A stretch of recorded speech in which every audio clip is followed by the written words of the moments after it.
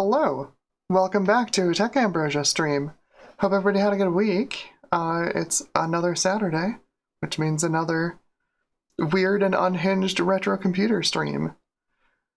Looks like we've got a few folks here who piling in. We've got Jack68K, hello, welcome back to the stream. HC is here, hello, welcome back to the stream. Charlotte Thorne, hello, welcome back, good to see you again. Eric's Edge is here. Welcome, good to see ya. Who else is here? Oh, we've got Callie in here, hello, howdy. Dylan Cole is here, hello, welcome to the stream. Alright, yeah, so today, we're, basically I have two goals, three goals. Goal number one, let's have some fun.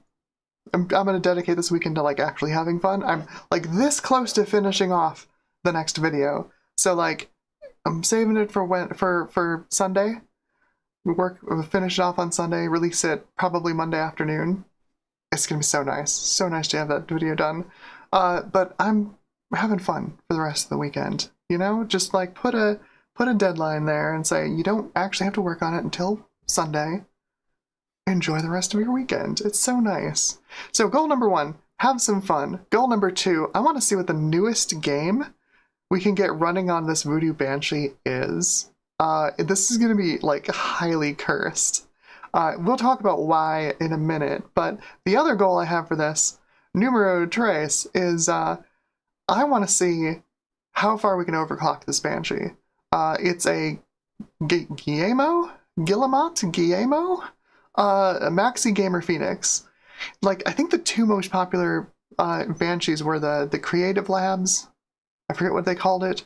Was it a 3D Blaster?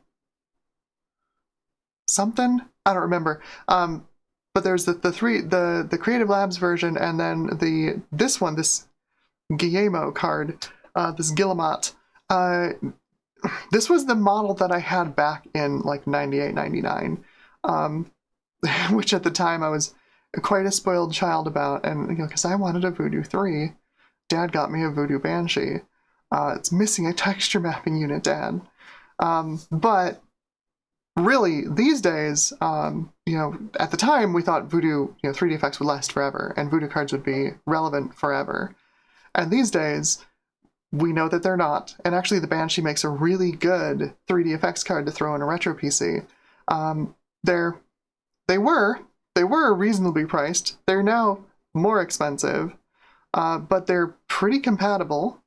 And they're the first 3D effects card that can put 3D in a window, since it's an integrated solution. They made a 2D core, and they integrated it with the frame buffer interface and the texture mapping unit, because it's all based around the old Voodoo 2 architecture, just integrated into a package.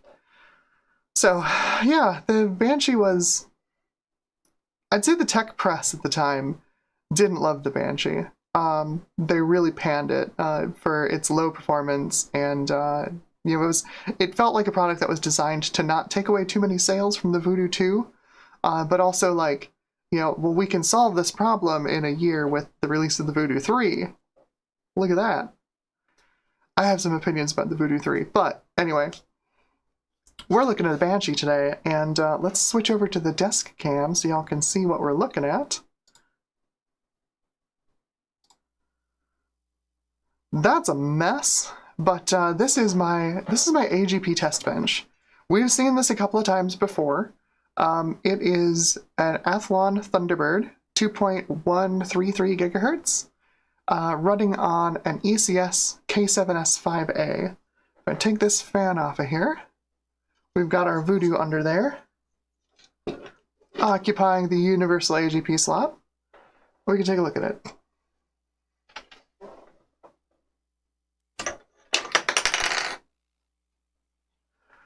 There it is. That is the beastie, the Maxi Gamer Phoenix. Overall, honestly, I think the Banshee's a kind of an interesting card. It's, at the time, no one was like, everyone was like, well, why did you make this? Why on earth did you make this stupid card? But, like looking at 3D effects from the point of view of like solving problems, making things, solving problems. this solved a lot of interesting problems, right? This, it integrated, like I said, it integrated these 3 cores, VGA, texture mapping unit, and the frame buffer interface.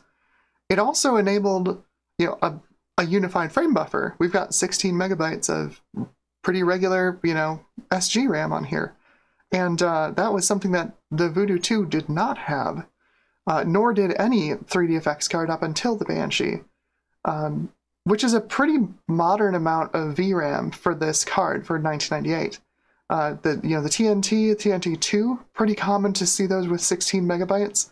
Some had 32, I think like the TNT2 Ultra usually had 32 megabytes, but most cards had 16 megs of VRAM at this point, and there were still games that would work just fine with 8. So having this much VRAM on the card should have future-proofed it a fair amount. But we'll talk about why that probably didn't in a second.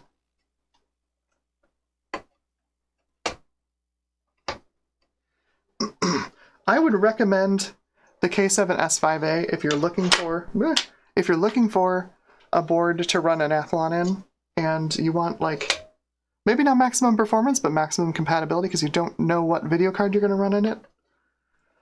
Because I have had such great luck with this board. Seriously, I kid you not, this board has been phenomenal.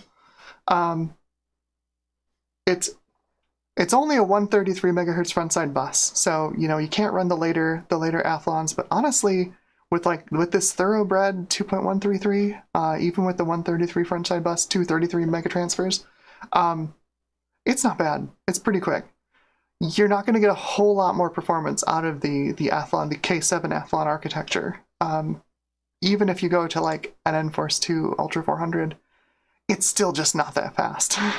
You got to move up to Hypertransport K8, something like that, to get more performance. Like more low-res frames per second, right? So you get more system bandwidth. The CPU cores famously weren't that much faster, until you got into like the Black editions or the FX editions that, got up into the 3.2, 3.4, 3.6 gigahertz range. But like, yeah, like a 2.4 gigahertz Athlon K7 versus a 2.4 gigahertz K8, pretty much the same in terms of compute, with the exception of like SSE, since the the K8s can do SSE. But anyway, I digress.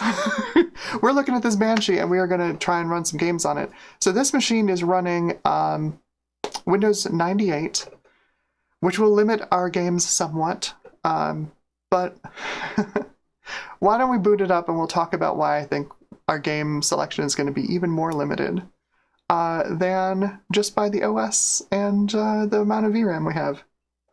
So let's flip over to the gaming screen. Gaming screen, turn on, and fire this up.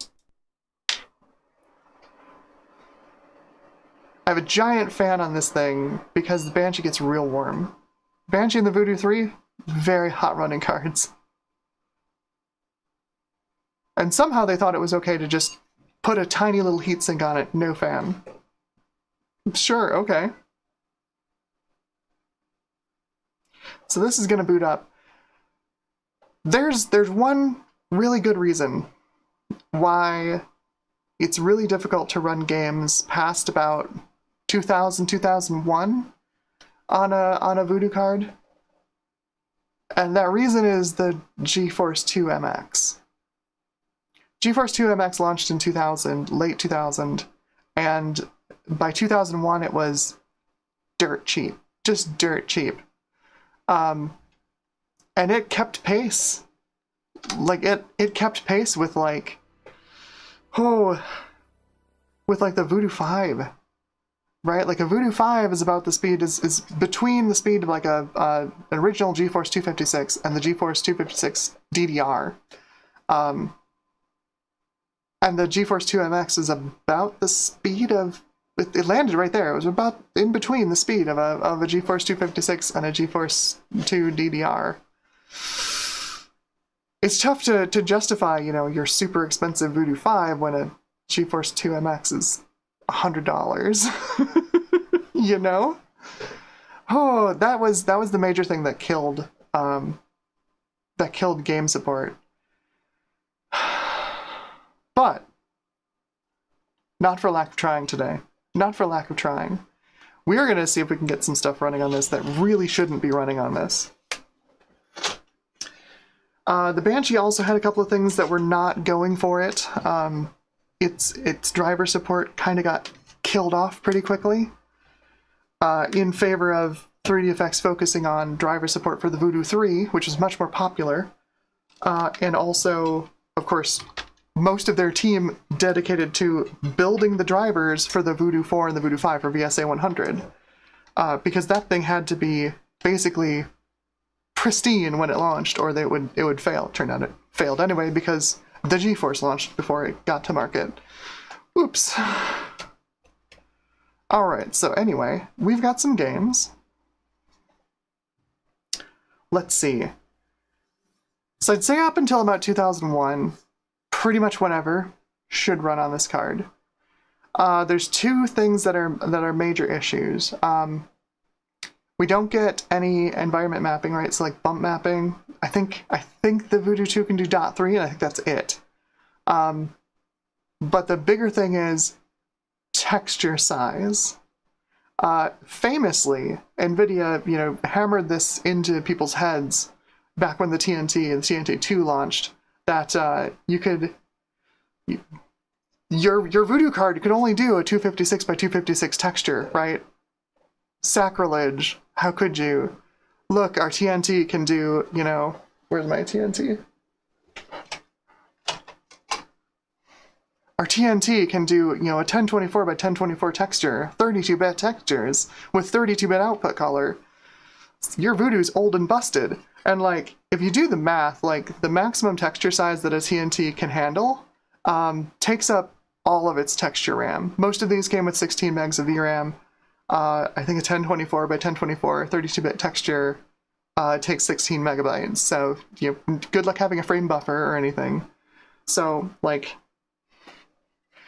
it was one of those features that, did it actually matter? Probably not. Did NVIDIA make us think it mattered? They sure did. Boy, they sure did. The reality, though, is that the 256 by 256 texture limitation was just kind of annoying to work with. If you wanted to show, if you were making a game and you wanted to show, your title screen as a big 2D image, right? You've got your art department made this great splash screen. You've got to split it up into 256 by 256 chunks. And at this point, 98, 99, 2000, desktop resolutions were increasing. Even the Banshee concedes this. If we go into here, into our desktop, our 2D desktop settings, this thing can drive a 1080p monitor right through its VGA port. It's got a good DAC on it. It's got plenty of VRAM to do that. But of course, your 3D won't do that. But there were cards coming out that would, right? The Voodoo 5 was fine running at high resolutions. The GeForce was fine running at high resolutions. Even a TNT2 Ultra, at 1024 by 768 was perfectly fine. It's perfectly happy to do that. And if you wanted to publish your game with, a big splash screen that took up your full 1024 by 768 and looked perfect, like pixel perfect, you'd have to start splitting that up into 256 pixel chunks for a Voodoo. Annoying. It's just annoying. It meant modern 3D graphics techniques like atlasing textures was pointless on a Voodoo because your texture size wasn't large enough for you to atlas anything unless you're doing a little animated texture. But atlasing became basically the way to change textures, even to have a single character model and you just atlas the textures around it, or with a good UV unwrap. Having a 1024 by 1024 texture meant you could get a lot more detail into a character model. Even if you weren't using all of those pixels, if they were chunked out with compression or whatever, because again, we had S3 texture compression was coming along and the Voodoo didn't support that either. Was it a big deal? I don't know. It ended up being a big deal in the end because Direct3D automatically manages texture memory, or it's supposed to. These days, it's pretty good at it. For the most part, you can run a game that needs a lot of VRAM on a modern graphics card, and Direct3D will manage the amount of textures that need to go into the VRAM and the amount of VRAM you have in your card pretty well. In the early days, it wasn't so great. It wasn't so great, so you'd end up with missing textures, just like blank white textures, blank white boxes where textures should be. There was no kind of way to prioritize textures, like, these are the textures for the UI, always keep them in VRAM, right? There was no way to do that in early versions of Direct3D, so it was kind of terrible if you started running out of texture space, or if your textures, your texture sizes weren't large enough, and it had to start throwing out textures. It was just weird. It was a weird time. Other than that, the Voodoo Banshee and the Voodoo 3 are fairly okay, like DirectX 6 graphics cards. They're pretty compliant. They don't do everything DX6 does. Like, there's no environmental bump mapping. I don't remember if that was an addition to the spec or if that was in the spec. But I think, does the Voodoo 3 do stencil buffers? I don't remember if the Voodoo 3 does stencil buffers. I don't think it does. But I think that's pretty much it. That's pretty much all it's missing. For the most part, like, at least in the early days it was fine. You're porting games over from, like, the N64 or the original PlayStation. Like, you don't have pixel shaders. Those don't exist yet. Like, if you have fog, it's table fog, because per pixel fog is too expensive to run on the graphics card, right? Like, the TNT could do per pixel fog, right? Like, it's part of the spec, but if you used it, it was horrifically slow, right? Ask anybody who benchmarked, the original Thief, if you turn on the fog, does it work correctly? I think it was Thief 2 that did the per pixel fog. So I think original Thief was table fog, because that's what the Voodoo cards did, right? The Voodoo card would just, like, look at the Z buffer. What's in the Z buffer? What's the furthest back? That gets applied a little fog from this fog table that's in the frame buffer interface. Memory. Anyway, we are here on the AGP Testbench. And this is for anything that's not, like, a super fast AGP card, like, right? Like, I did that episode on, I did 2 episodes on some pretty fast AGP cards, like the 6800 GS and the Terrascale card, which this test bench runs on a Steam with those cards, but something like a Banshee, even the Voodoo 5, this is plenty fast for something like that. Original GeForce, original Radeon, even a Radeon 8500, for the most part, this is fast enough to run games made for it. Anything faster than that, you want something with more performance than this Athlon Thunderbird. You can see we are running at just under 2.133 because our system clock, our front side bus clock, is a little bit lazy today. Running at 132.77.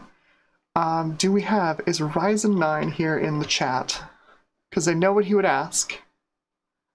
I don't see him, but you know what? If he's just lurking or if he's watching later, he would want me to run SpeedSys on this, right? So let's do that. The first thing we'll do is we'll hit the start button, go to stop. Oh, Windows. Oh, Windows.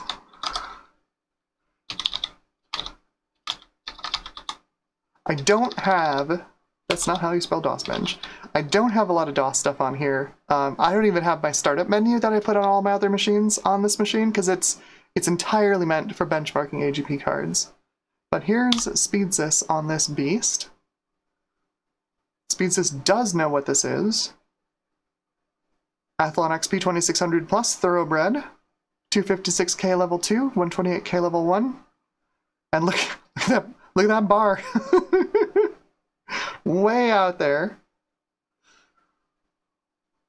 So you see the memory bandwidth says we're at 1645 megabytes per second. That is DDR1 200. This is, if you look at this board down here in the corner, you can see we've got blue slots for RAM and we've got black slots for RAM. The blue slots, this is one of those weird boards. The blue slots are DDR1. The black slots are regular SDRAM up to SD133, PC133 SDRAM. I have tested it with both. It is marginally faster with DDR1, which is what it's running. So yeah, there you go. We've got, unfortunately, the Windows XP search dog is covering up our... Yep, there we go. So you can see we've got that fall off at 256k for the level 2 cache. The level 1 cache in the Athlon is just incredible. Just incredible. Make sure that the dog is still saying the dog's line. Yes, it is.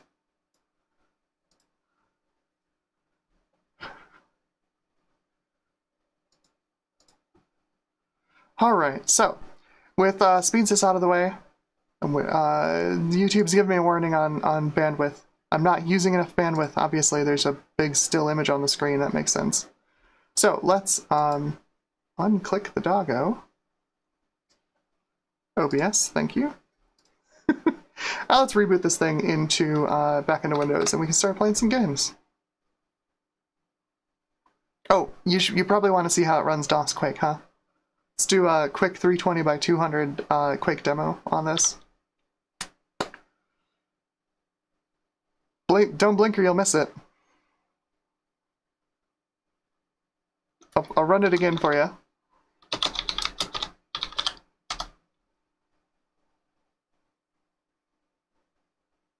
$259 frames per second. This thing's a little bit fast. It's a little bit fast. Alright, so we'll quit and reboot.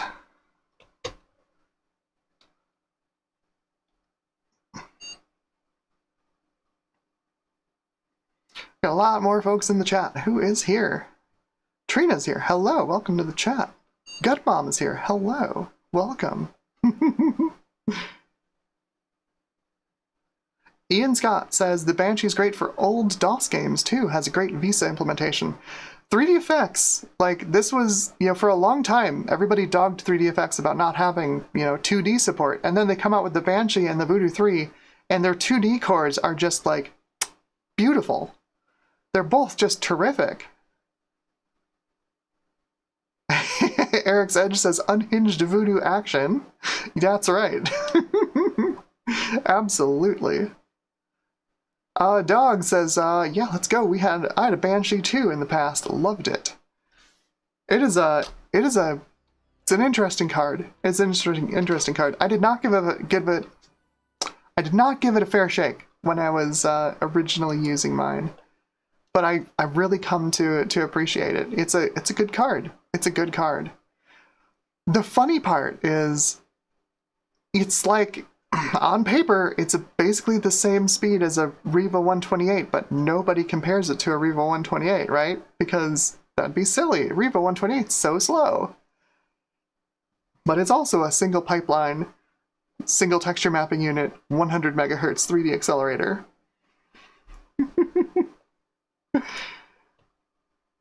That's because the Riva 128 sucks.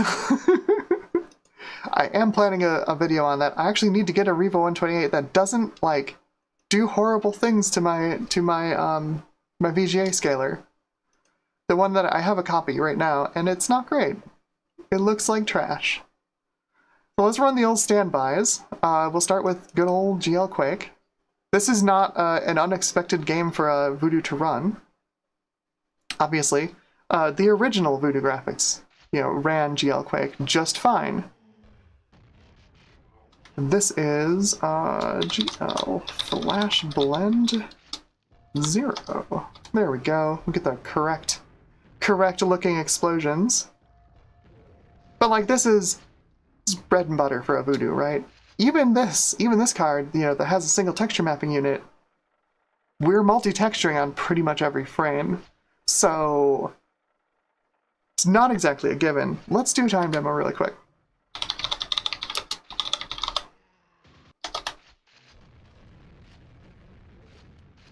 It's not going to be as fast as a software renderer. But most people wouldn't run a Voodoo Banshee on a, 2 gigahertz. On a 2 gigahertz. Let's get to the start map. There we go. So I don't know if you can see that, but we've got 969 frames in 11.1 seconds for 87.3 FPS. I believe this is at 640 by 480. I don't think this is running any special resolutions. You have to set the resolution on the command line. Yeah, it's running 640 by 480. This is the fastest the Banshee will go, basically, in Quake. 87 FPS, which isn't terrible. Not awful. A Voodoo 2 will go faster, because a Voodoo 2 has, 2 texture mapping units. So it can draw each one of these wall textures plus lighting textures in one go. So basically, we're working like a 50 megahertz Voodoo 2 right now, which makes sense. The next video coming out is about the original Voodoo graphics, and lo and behold, the original Voodoo graphics gets about half this frame rate in Quake 1 in GL Quake, because it's acting like a 25 megahertz Voodoo 2, because it's also one frame buffer, one texture mapping unit at 50 megahertz. So yeah, it's not surprising. Quake is kind of a worst case scenario. I have a worst case scenario. Quake 3. We'll jump straight to Quake 3. Quake 3 takes the multi-texturing and says, let's turn it up to 11. Let's make that 640 by 480. 16-bit color. 32 is not going to work out well for us. Binary filtering. Okay. Light map colors. High texture detail. High texture detail in Quake 3. Don't have to worry about it. 16 megabyte card will do fine. This game flies on a 16 megabyte Voodoo 3. Absolutely flies. But that's got 3 to 4 times the texturing performance of the Banshee. It's 100 and... what, for 3500, it's 183 megahertz, and you've got 2 TMUs. Let's see. Turn on time demo. We'll turn off the maximum frame rate. And let's... This is the retail version, so we'll do demo 4.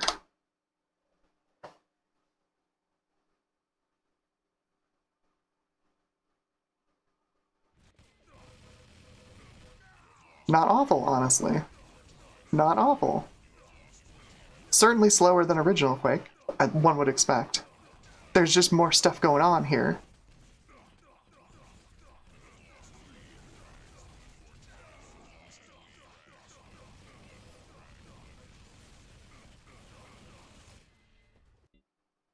And that gives us 52.5 FPS. Not bad. 640 by 480, remember. You could run this at 800 by 600 on a Voodoo 3 all day long and get, like mid-80s FPS. So the Banshee is slower, as expected. But that's not awful. We're at like 52 FPS in Quake 3. It's pretty good. That's pretty good. Certainly pretty good for the time. So, let's throw some more multi-texturing at it. Unreal. The last time we looked at this game, this system was running the Voodoo 5, and Unreal refused to run. Oh, this is running the Poly version. That's fine. This castle's actually a little easier to run than the original Unreal castle. But I figured out what the problem was.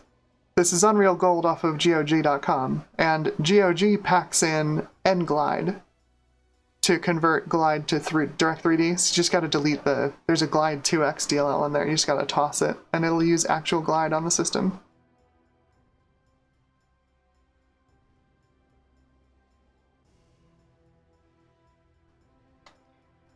So, play a little bit of Unreal. I think we've got reasonable settings here. 800 by 600. It should be fine.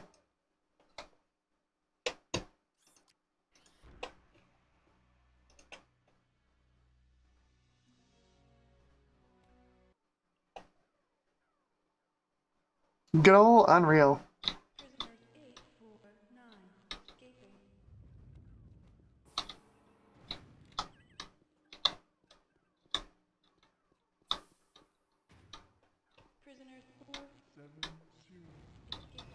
But again, contemporary game.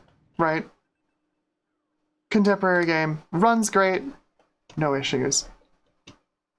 We could do a castle flyby time demo if you want to see it. I'll restart it. It should give us the original castle flyby. I think it flip-flops every time you start it. Yes, it does. So we pull up the console. Let's do time demo 1, please.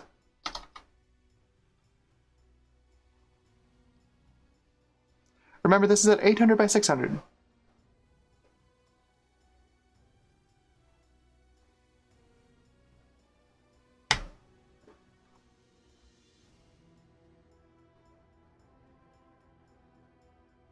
Not too bad.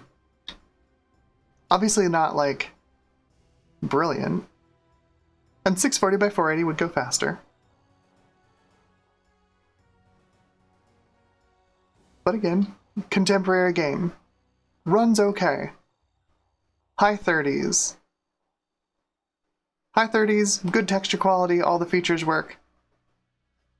Runs well.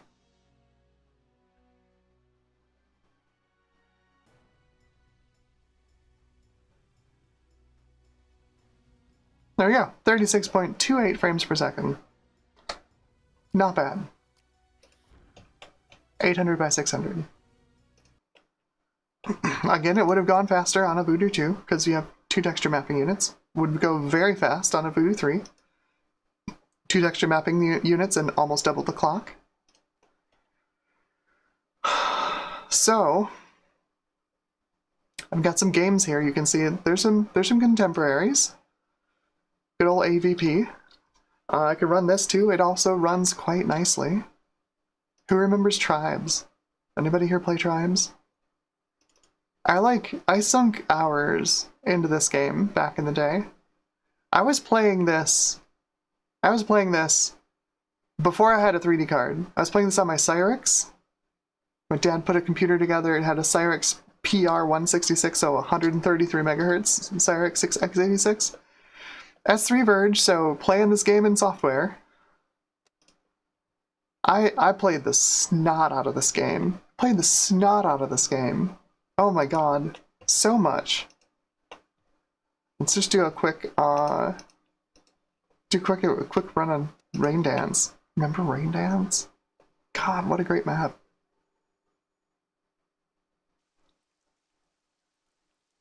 Runs pretty nicely. Right, again, contemporary game. Poly count's pretty low. Texture count, texture quality is not exactly stellar, but you get the idea. It works.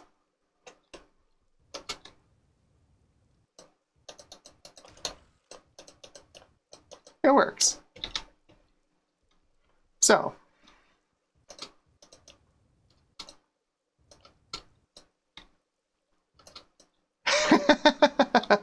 Jack 68K says, so much fan.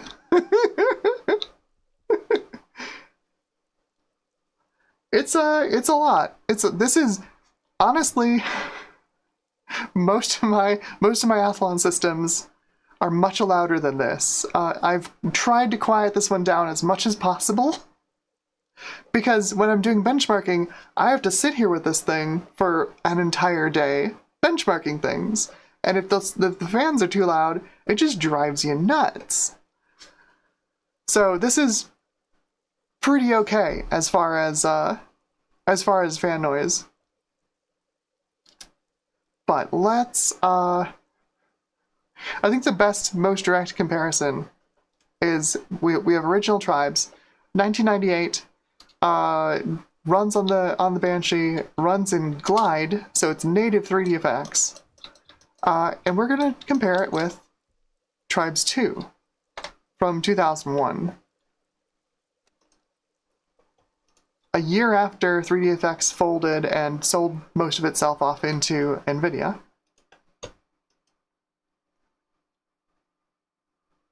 So 3D Effects support, not really a thing when Tribes 2 came out.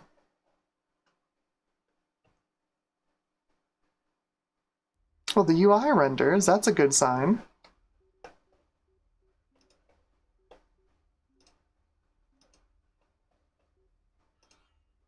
In fact, it's pretty snappy, honestly. However, let's take a quick peek at the settings. I have launched this before just to make sure like it doesn't crash when we start it. We've only got the option for OpenGL. We get a lot of resolutions that the Banshee can't run. Technically, it can run up to 1024 by 768, but good luck. So I've got it set to 640 by 480. I think you can set it to 32, but it's just going to yell at you. It's just not going to do it.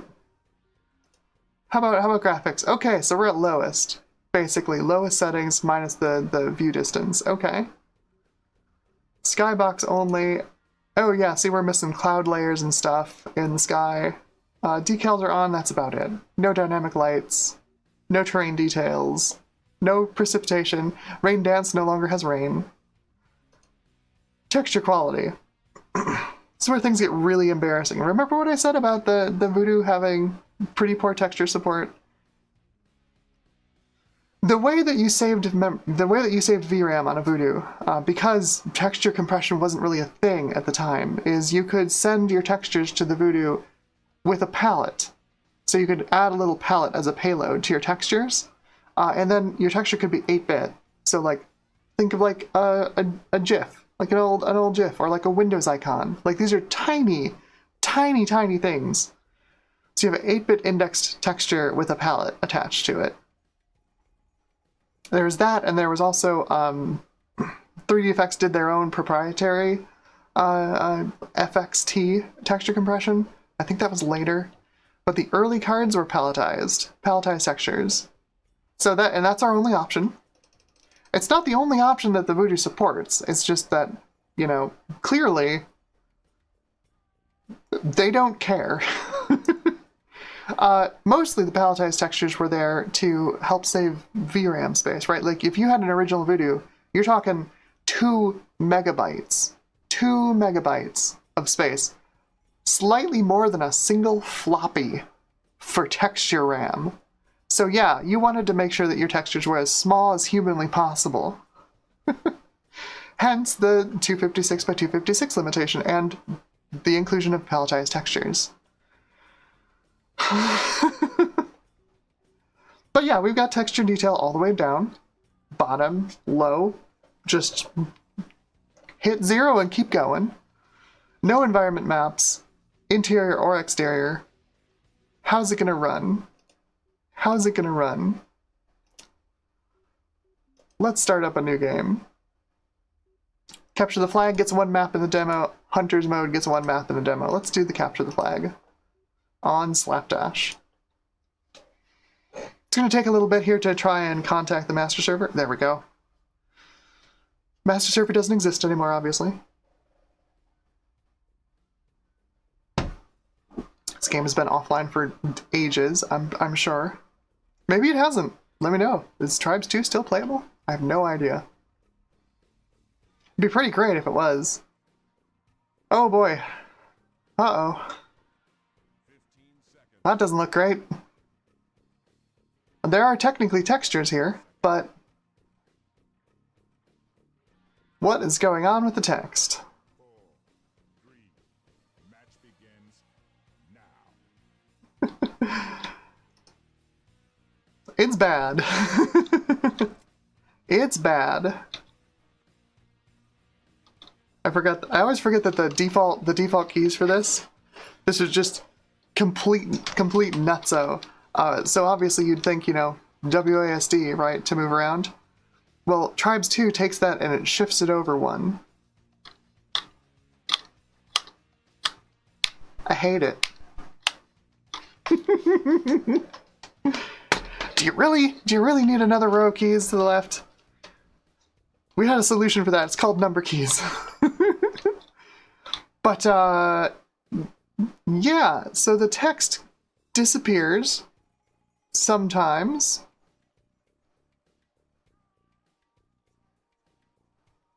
Based on your rotation. That makes sense.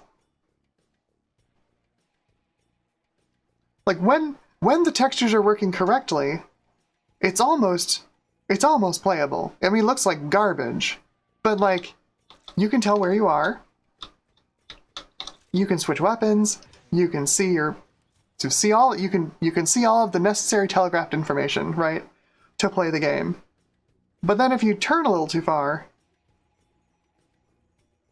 it's like all our texture clamps go away and we just, everything goes weird. This might work with updated drivers. I think it bears investigation. Because like it doesn't run awfully. It's not amazing, but this is about what you'd expect for a card like this at this point in its lifetime. This is a game from 2001. You're trying to play it on your 1998 graphics card. This is about what you'd expect, except for the whole texturing issue. Like the performance, is pretty much what you'd expect.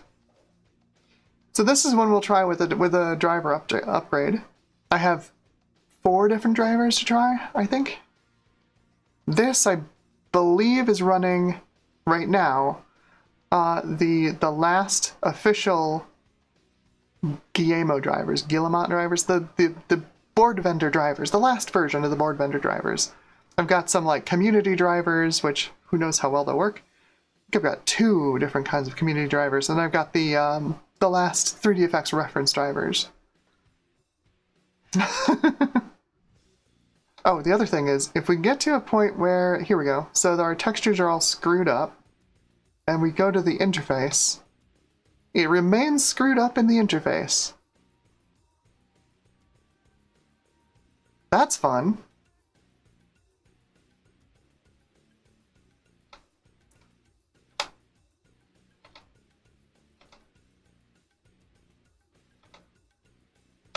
Huh. Anyway, that's Tribes 2, so we're not looking great so far for running newer games on it. This is just 2001. Oh boy.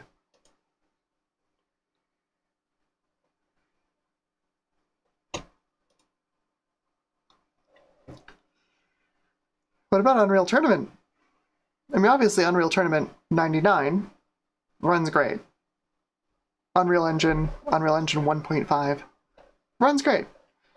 Voodoo Banshee, Voodoo 2, Voodoo 3, terrific cards to run Unreal Tournament 99 on. But what about 2003? Now, technically, Unreal Tournament 2003 is a DirectX 8 game. Technically.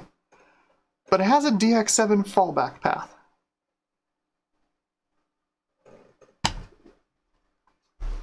And as we all know, because we're smarty pants, DX7 is just DX6 with extra steps, called Transform and Lighting.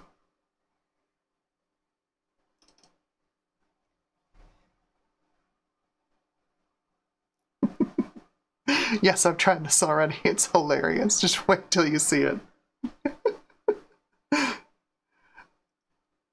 Oh boy.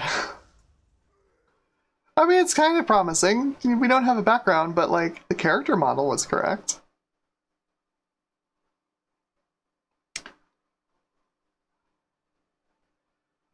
Uh-oh. Remember what I said about, like, having a splash screen that's a particular texture size? Yeah. Yeah. Oh boy. Oh boy.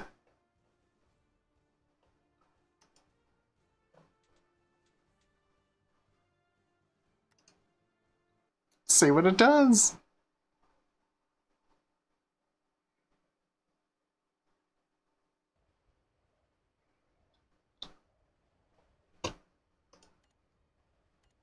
That almost looks like Angelus. Almost. Too bad about the... Too bad about the foliage there. Might be able to fix that with, like, some mip-map settings. Uh-oh, I'm being killed.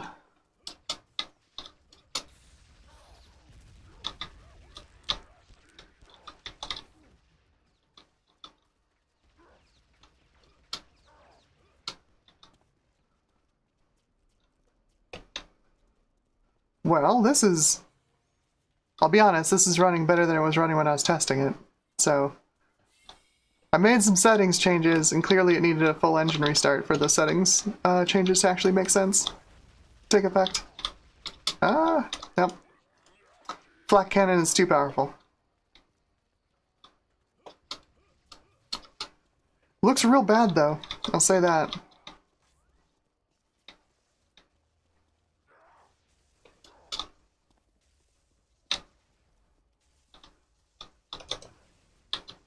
Why? Oh.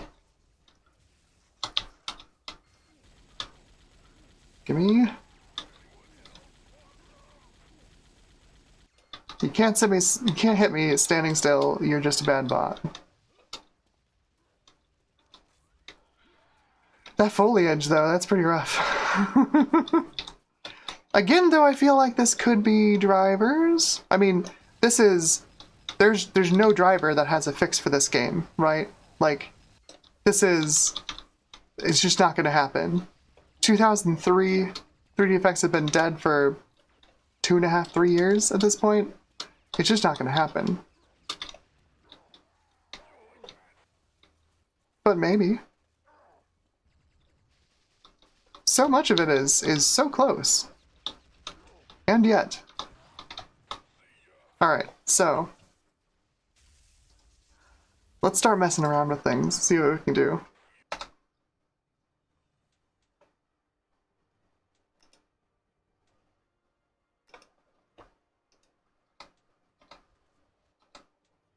Come on. Oh, there we go. We've got to hit the quit button. It's a demo. Alright, so, what do we got for drivers? What do we got for drivers? Install drivers. Oh, the other thing, just in case we want to try it, I have some scene demos from, well, early in the Windows demo scene. It's not that early. They're from like 2000. We can try them. I have no idea. I have no idea if they'll work at all. Not even close. One of them is 2D only, I think. I think it's Alchemy. I think Alchemy is 2D only. The rest should be 3D. But I have no idea how well they'll run on a Banshee. Probably pretty badly. Drivers, 3D effects, Banshee. So we've got an early set of reference drivers, the RC4 drivers. The final reference drivers, which I think is at least one major version past the RC4 drivers. This is not a driver, this is a tweaking tool. By Cool Smoky, that's right. This is the Banshee tweaking tool. This thing was really hard to track down. Holy cow. Holy cow, this thing was hard to track down. Let's extract them here. But supposedly, with the reference drivers installed and this tweaking tool, which is over there for y'all, we should be able to overclock the Banshee. Fingers crossed. There you go. By Cool Smoky. 1999. Vintage. Yes. Enables overclocking. Overclocking is dangerous. Don't overclock.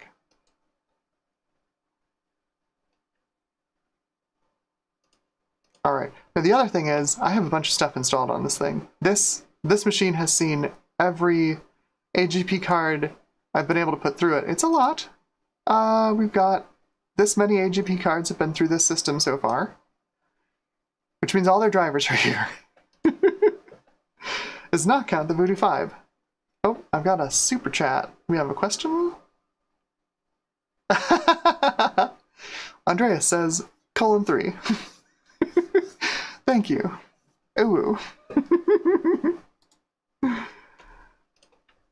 So we've got a lot of stuff hanging around, and you can see a couple of things in my system tray here. I've got 3D HQ tools, which is something. This might be actually Smokey's tools. I may have just installed them. not actually knowing what they were for. You can see what we're running right now. 100 megahertz on the core, 110 on the memory. I've heard people can get the Max Gamer Phoenix up to like 130, which is a heck of an overclock, right? The 30% overclock is really good. I'm not expecting anything better than like 10, maybe 15%. But we'll try that in a minute. I want to see what we can do with drivers first. Because I believe we are currently running the board vendor drivers, I think. Because it says Max Gamer Phoenix, right? It doesn't say 3DFX Voodoo Banshee. It says Max Gamer Phoenix. So I think these are...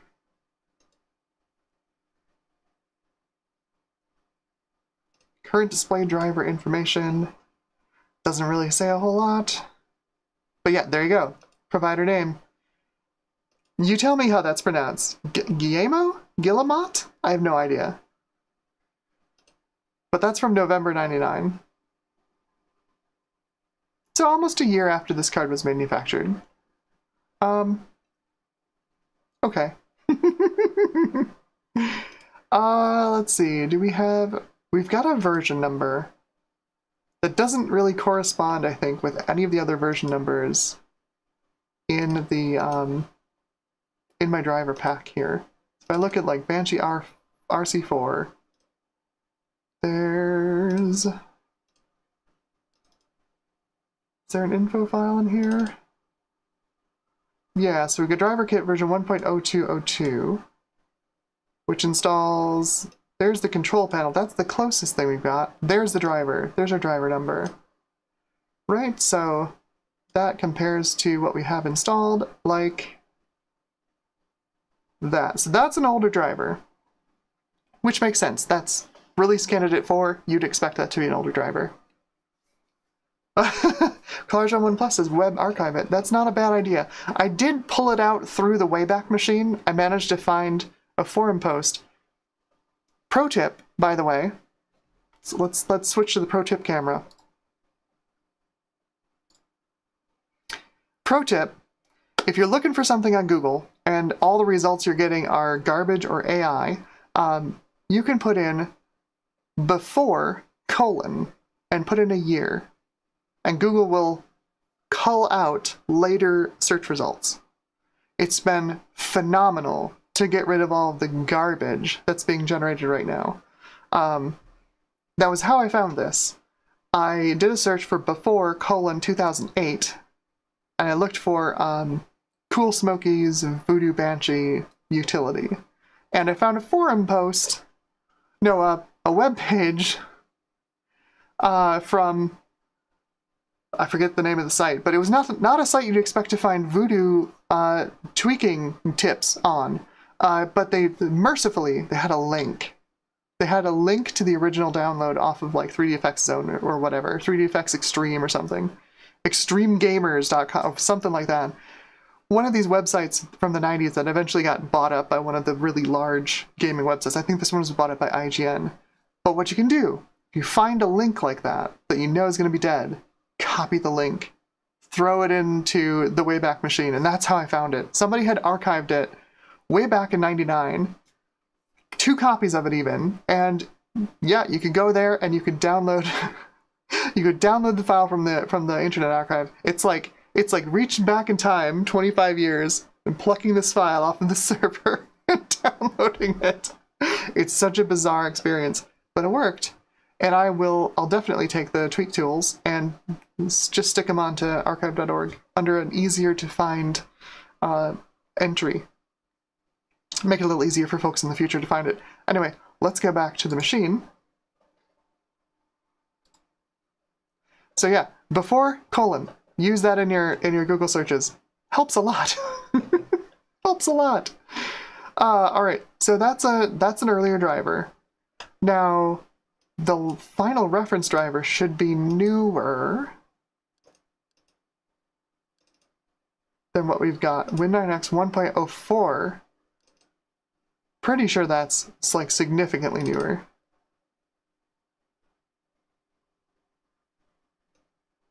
.12.01.122.22. 122 too. Not significantly newer, but newer. Interesting. It's at least a, 60, 70 builds newer. And then I've got, what is the last driver in here? It is, I think this is what I'm running. These are the Max Gamer Phoenix final drivers. So if we've got a readme in here.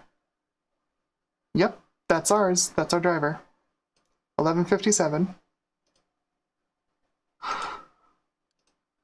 Old drivers. Gotta love old drivers.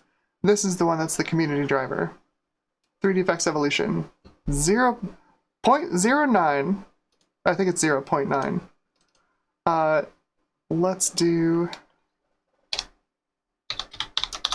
Evo driver. Banshee Evolution 0.9.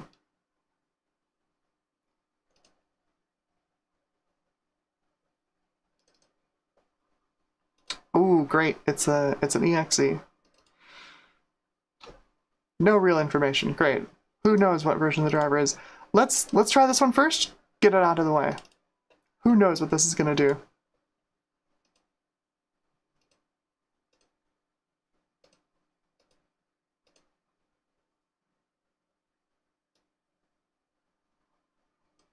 So there you go.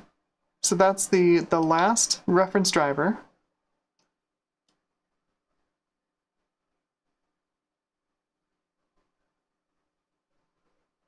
Looks like maybe we get a tweaked OpenGL ICD. Let's check that. Does it tell us what our OpenGL ICD is? No, it doesn't. I wonder if that's what it does. Because that is actually one way you can get some later games to work on 3DFX cards. People were backporting Mesa GL to old versions of Windows for a long time, and some of them work pretty well. Some of them are catastrophic, but some of them work pretty well. Okay, so final reference driver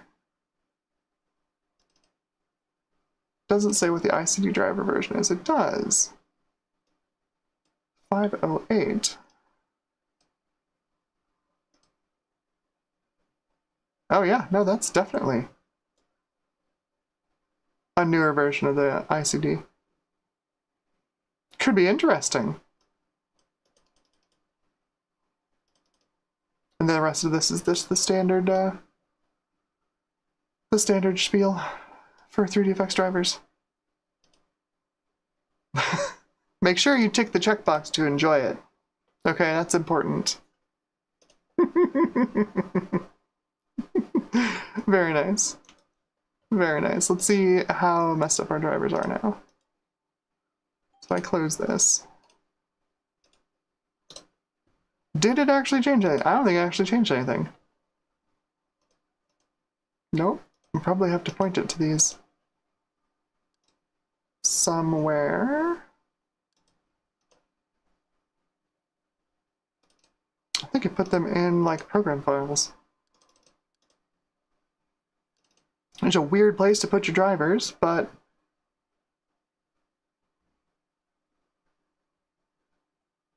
boy, where did it put them?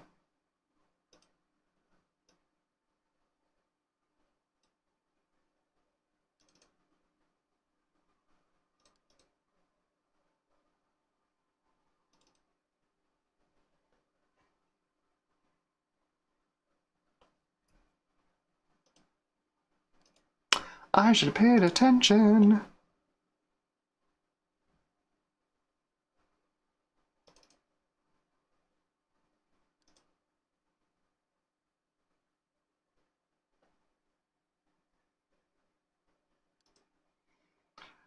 Ryzen 9 3900 XT. Hello, welcome to the stream. You ask, is the AMD Athlon 2850E good for Windows 98 SE? That's a pretty new part. 2850E. Is that like Kabini? It feels like that's a new-ish part. For like if you want to do like a 98 retro build, you want to look for something like an Athlon 64. Like anything past that is asking for trouble.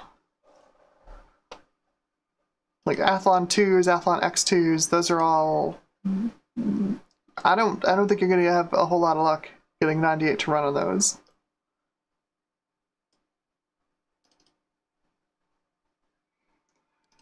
I should have paid attention for where I put these stupid drivers.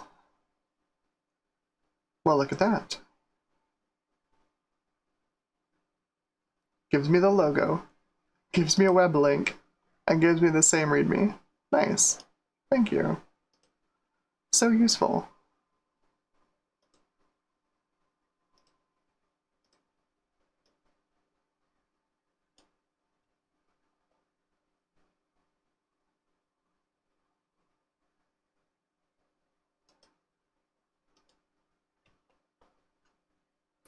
Joe is here from Joe's Computer Museum. Hello, Joe. It's okay.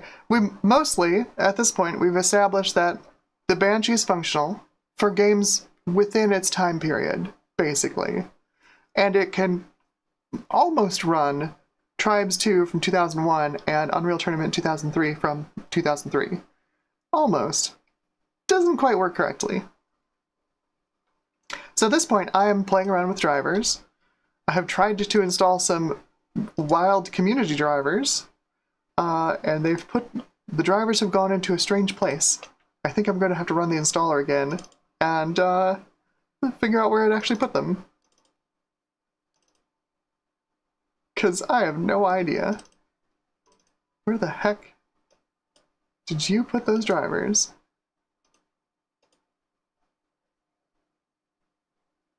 Root of the Sea drive. Okay. I must have just missed it when I was there.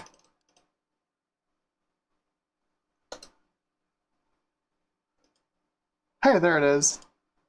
There it is. Alright. Moment of truth. Let's see if we can get this thing to use this driver.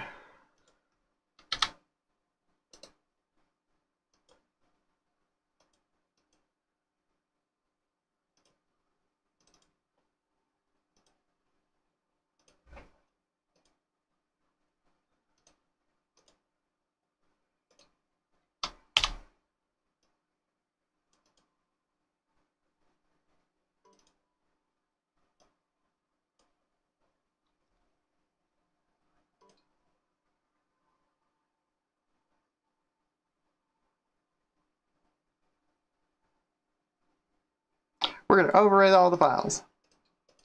Don't care. Don't care.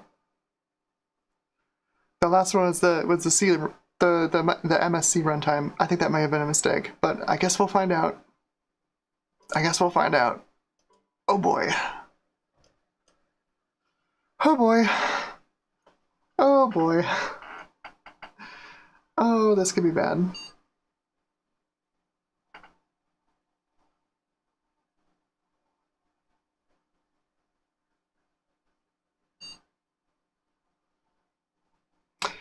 Actually, interestingly, Blake DMC asks, isn't the Voodoo Banshee the same chip that ran San Francisco Rush in the arcade? I don't think the Banshee ever made it to the arcade. Most of the arcade boards were Voodoo 1. I say most. So the early arcade boards were Voodoo 1, but they were in SLI, because the Voodoo 1 was always capable of SLI. They just didn't put it in the consumer cards. Some of the later machines, I think Hydro Thunder was a Voodoo 2 based cabinet. I don't remember if they ran it in SLI or not. San Francisco Rush, I don't remember if it was Voodoo 1 or Voodoo 2. But most of the arcade cabinets ran either Voodoo 1 or Voodoo 2. And most of the time, I think, in SLI. Unless, like... Because there were, like, some of those, like, trackball golf games that ran 3D effects for some reason. I don't think those used SLI.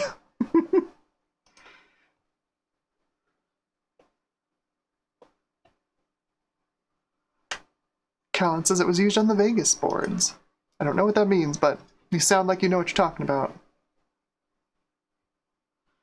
Okay, so we definitely have something else going on here because my display is all wonky. We run a auto calibrate on this thing.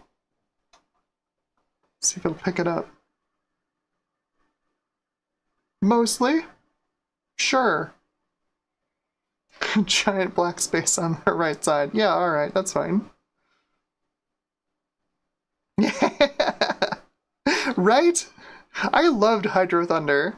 That was like the first game I got for my Dreamcast. I'm like, Hydro Thunder at home? You better believe it. I loved the crap out of Hydro Thunder. That was such a good game.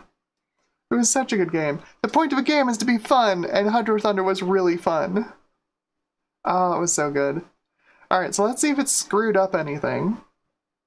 So we'll run Quake 3 again. It has screwed up things.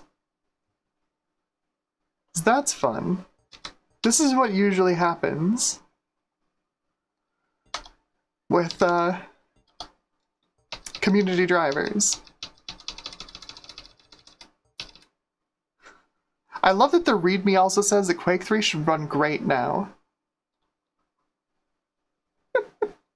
Let me make sure I don't have like a rogue OpenGL library in this game. Hang on. Oh jeez. I might have a rogue mini GL in this thing. It's totally possible. This machine has seen so many graphics cards in it and so many 3D effects cards. Did I put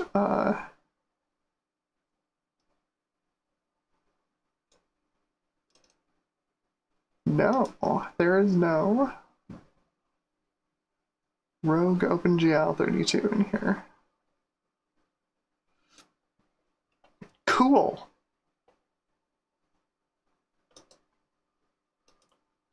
Check what we've got for now 16-bit.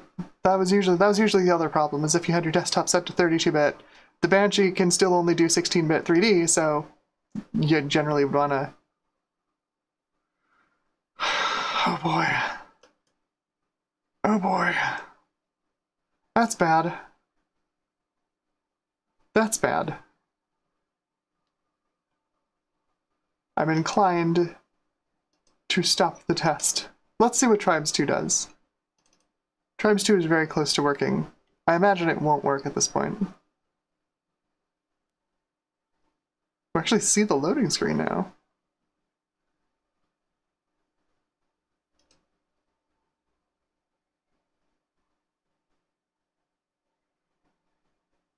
Nice. Blake DMC says, speaking of San Francisco Rush and Hydro Thunder, there are PC ports available on My Abandonware. Sweet. I'll have to grab that because, yeah.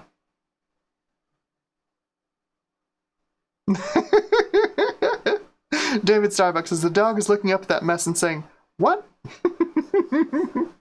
Exactly. Exactly. Kellen, very quickly, I missed it, but very quickly, clarified. Oh boy, that's bad. What is going on here? Oh boy. That the Vegas boards were used on, like, Gauntlet Legends, things like that. Yeah, I remember vaguely that there were a whole bunch of different boards that they made.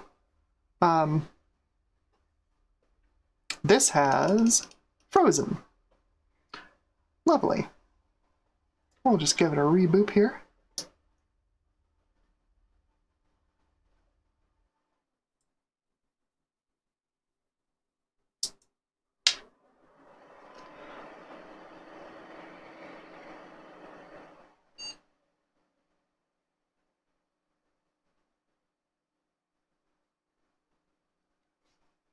Dog asks, so what 2D card was used? I think you mean for the arcade boards? There wasn't. All your graphics had to go through the 3D effects. So everything was 3D. Everything is 3D. Which honestly wasn't that bad. Like, if you're making a game, you already have a game engine, it's already going to be rendering in 3D. You may as well just make your UI in 3D as well.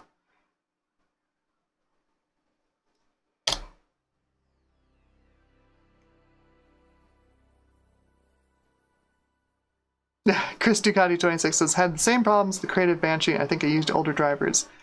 Mostly I've had the best luck with those Guillermo final drivers that I was using before, but I thought I'd give it a try. You know, thought I'd give it a try. I'm gonna go back to, I think what I'm gonna do actually is move this over to the official 3D effects final drivers. See what we can get from that.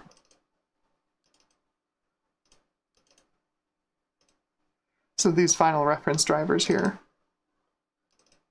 Because these, most of that's the same from the Banshee Evolution drivers.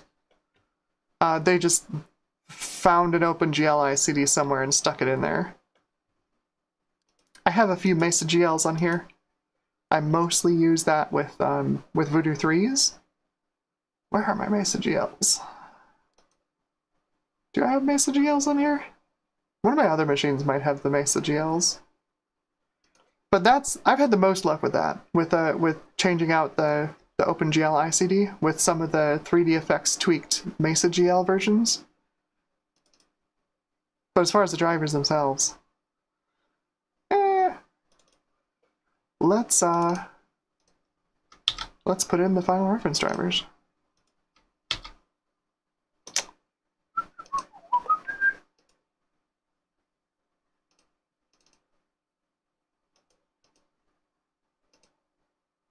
I really hope I didn't shoot myself in the foot by changing out that version of C runtime. That'd be bad. That'd be bad. Have disk. Paste. Go. Yep. That's fine. I do not want to keep that. And Glide DLL. Mixing Glide versions generally gets you in trouble. I didn't test a Glide game with the Banshee Evolution drivers. Nope, I'm gonna overwrite it. Do the official Glide DLLs. See how that goes.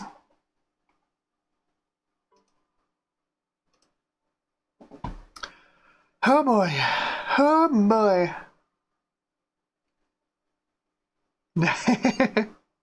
Hey, Mac84 is here. Hello, welcome to the stream.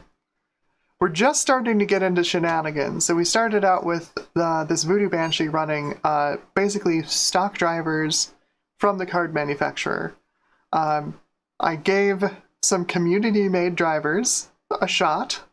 They were bad. I replaced them with different drivers. Now we're running 3DFX's final driver release for the Banshee. We'll see if that's any better. I don't have high hopes for it, but we're gonna see.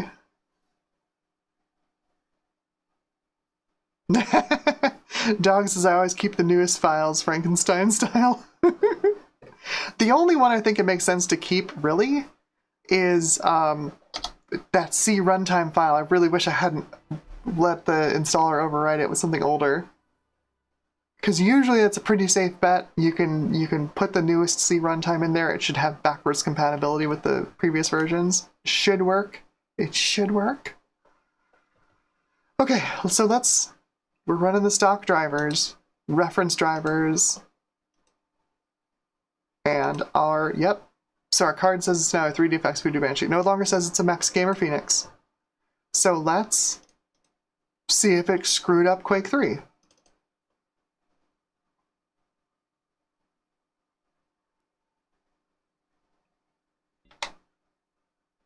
Yes. Also, there's a 3DFX watermark in the corner, which I don't think is part of the normal driver, so I think some of those Banshee Evolution drivers are still in here. Blasted.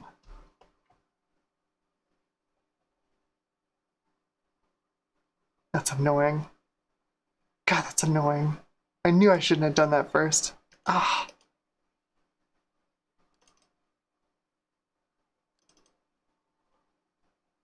Let me see. There's a mini GL. Let's see if I can get the stock card manufacturer drivers installed, because I think that's gonna...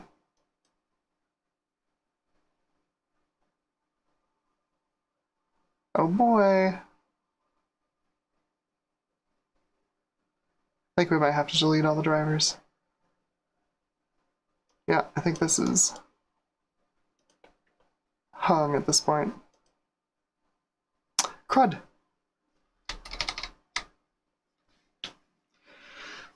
Driver fun. Driver fun, driver fun. Alright.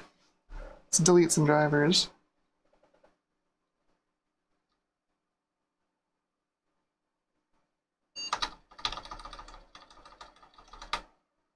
That's not what I want.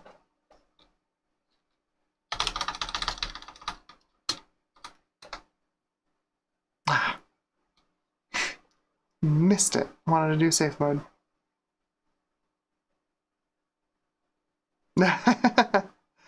3DFX Voodoo Cards has entered the chat. 3DFX Voodoo Cards says, for the Banshee, I always use the latest 3DFX driver. That's what I just tried. I think I've got a corrupt driver install from the community drivers, so I'm going to try and wipe out the drivers.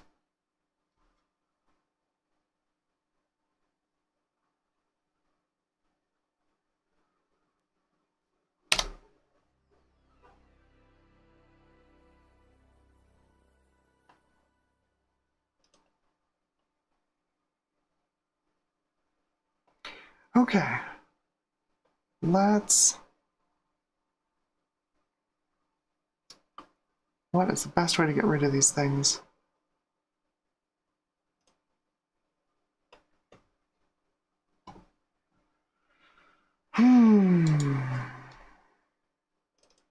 Let's see if it's just going to let me roll these back.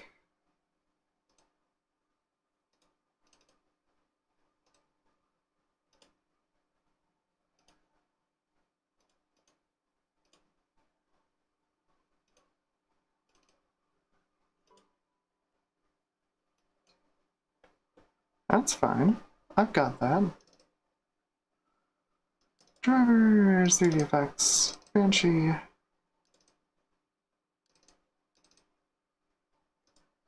Hopefully that path isn't too long. You never know with Windows.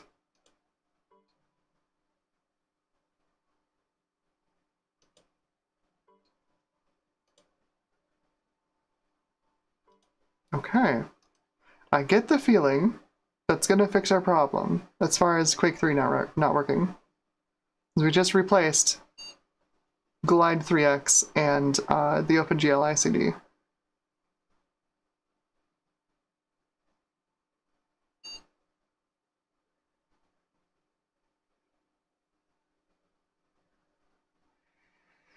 Gotta love drivers, right?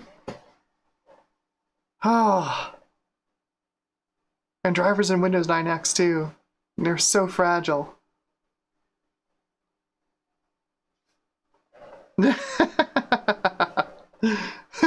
Gutbomb says, if you need to reinstall Windows 98, Joe's Computer Museum can recite the product key for you from memory. Yes, he can. I've seen him do it. It's scary and kind of impressive.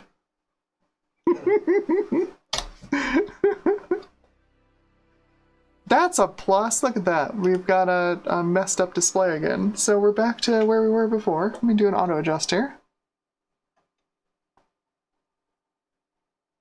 Ta-da! That's better. Okay, does our display control panel work?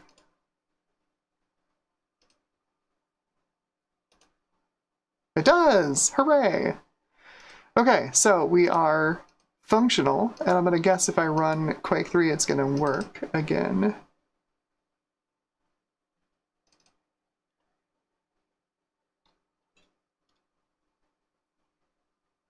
That's a new problem.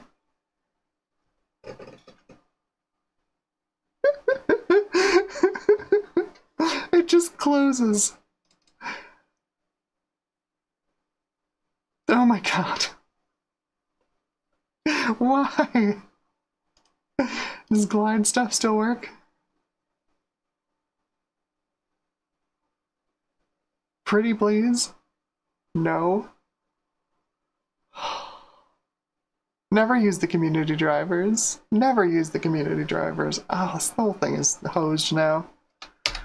Blasted.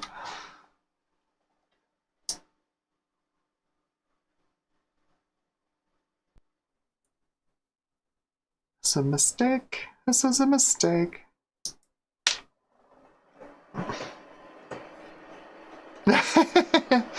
I8386SX says, I can recite an XP Pro volume key from memory.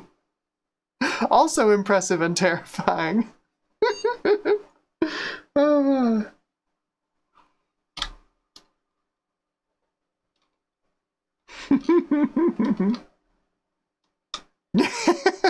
Gut Bomb says, get that product key ready. Yeah, I think that we might be reinstalling Windows 98 on stream today, unfortunately.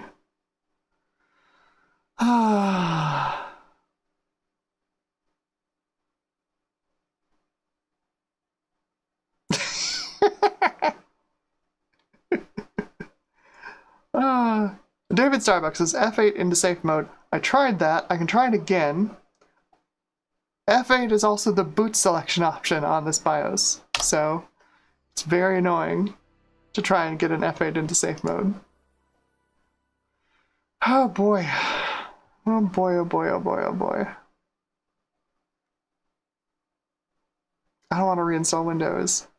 I really don't want to reinstall Windows, but I don't have a functional system right now.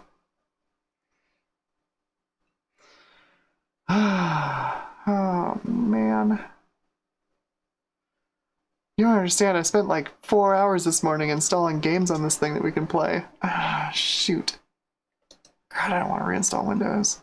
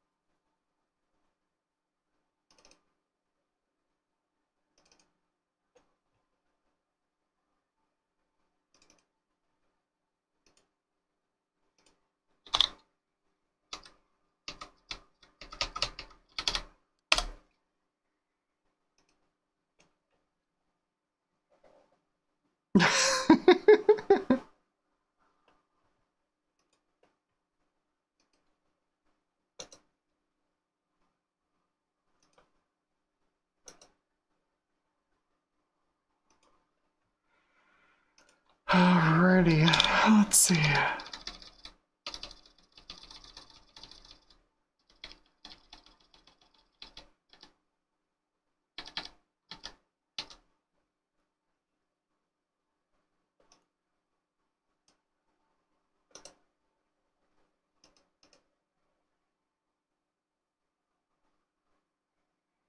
I can't change the columns, can I? Alright.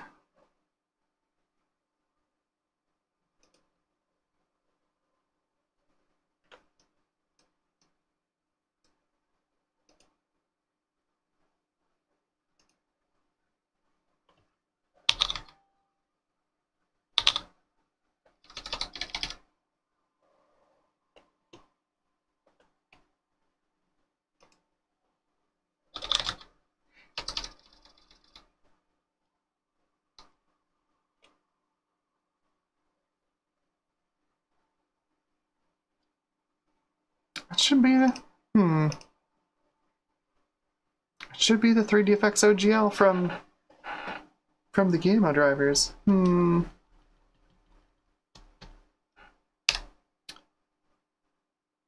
There's that ICD, though.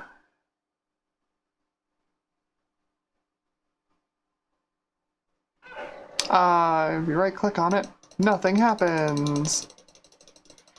Yeah, Clarjon 1 Plus suggested right-clicking on the columns to get more columns. Unfortunately, not Windows 98. It's a feature that was added later.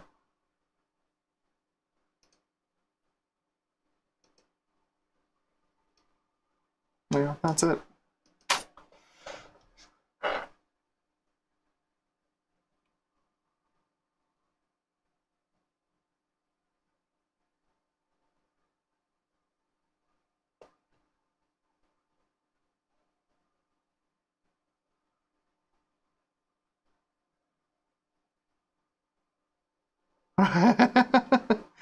David Starbucks has reinstalled an image immediately.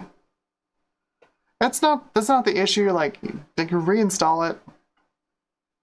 It doesn't actually take that long to reinstall unless it's running on an SD to IDE. But like, a bunch of the games are installed like into the registry, so I have to reinstall all of those. And this machine, as you can see, I use this for a lot more than just screwing around with 3DFX cards. I would like to simply excise these drivers and reinstall them fresh. That's what I would like to do. Let me see if I can maybe just do that uninstall. Get out of there.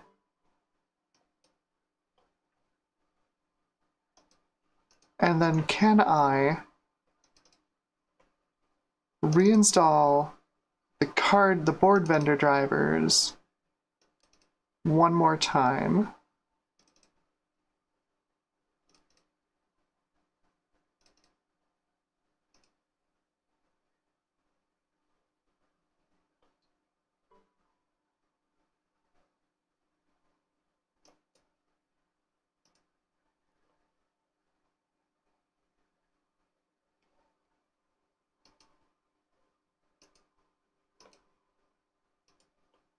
Maybe? Maybe?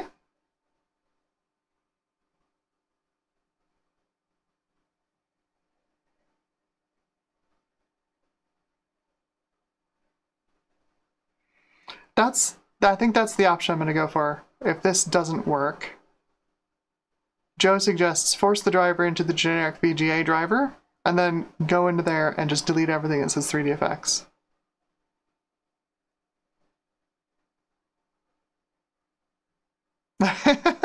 Dave is here from Dave's Vintage Alpha Tech. Hello, welcome to the stream. We're currently in driver hell, as you probably expected, being a Windows machine.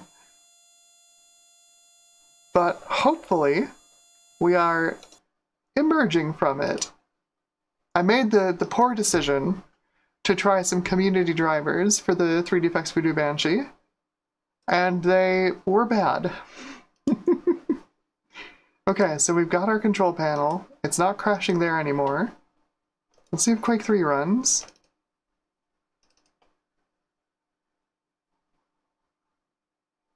No, Quake 3 does not run.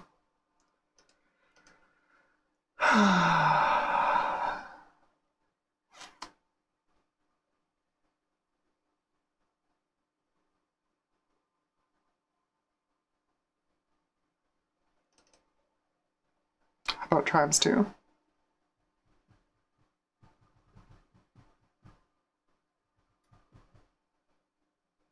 Nope. Tribes 2 is unhappy. Extremely unhappy. Oh boy. We started out with this thing apparently in its maximum functionality position. Ah, darn it.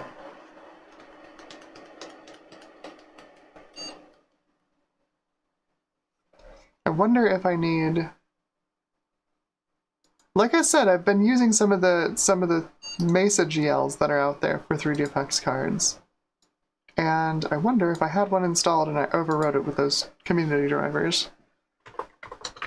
Mesa GL.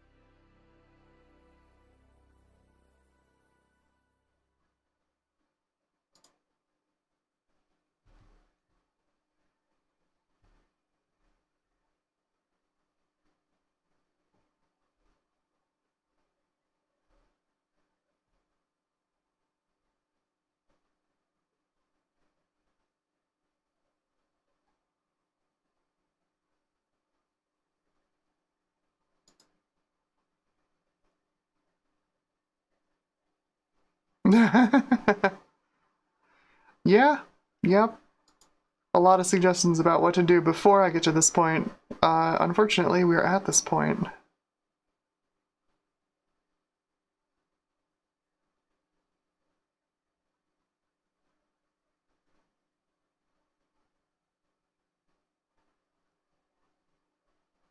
Yes, let me download this. Where is your download? There it is. Trying to navigate 3dfxzone.it. Sometimes interesting. Okay, so let's see. Is my glide stuff still screwed up?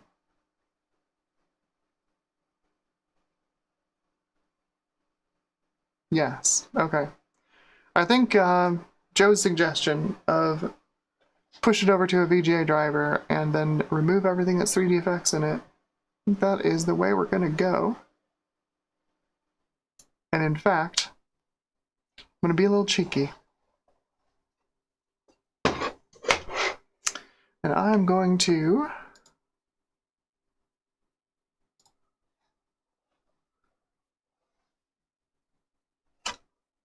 pop out Lay Voodoo. It's that beautiful Voodoo Banshee. And I'm just going to throw in, I think this is a TNT2 Model 64. It'll work. Display an image, that's all I need it to do.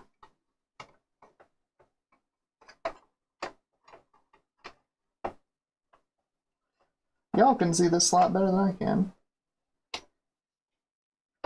There we go.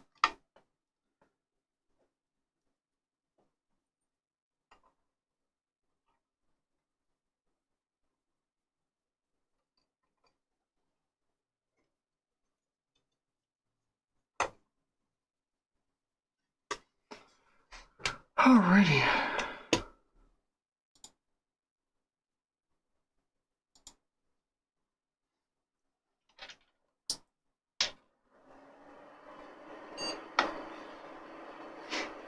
Be a little cheeky.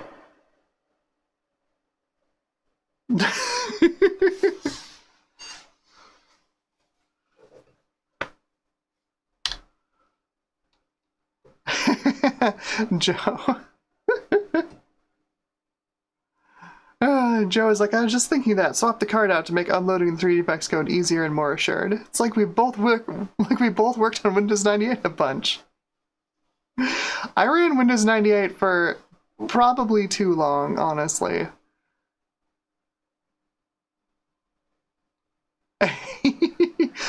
I8386SX says, hey, computer, if you don't like this Banshee, I have some crap.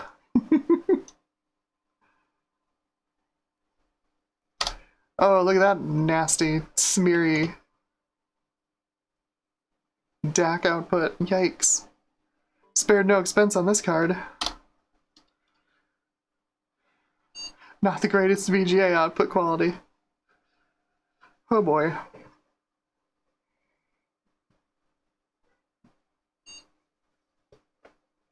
I'm just watching my concurrent viewer count drop as we dive further into driver hell. I shouldn't have done it. I shouldn't have done the drivers. It was my mistake. It was a risk. It was a risk I was willing to take. It's a calculated risk, but I'm very bad at math.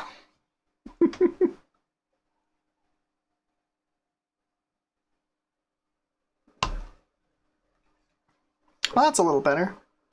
Got an actual resolution with some real drivers installed. Looks pretty okay.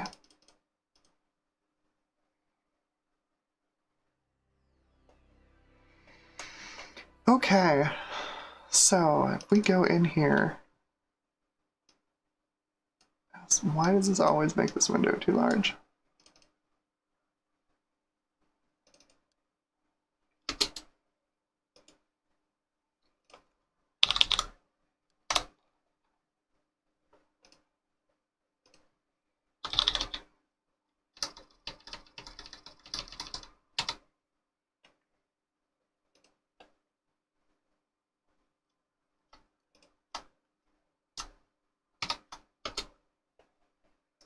Out go those.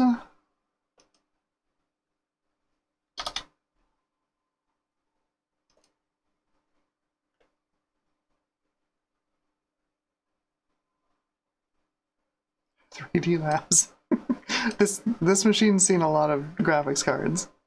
It's seen a lot of graphics cards. I've got a Permedia 2 in the other room that I'm trying to nurse back to health. HI drivers. Let's see if there's any.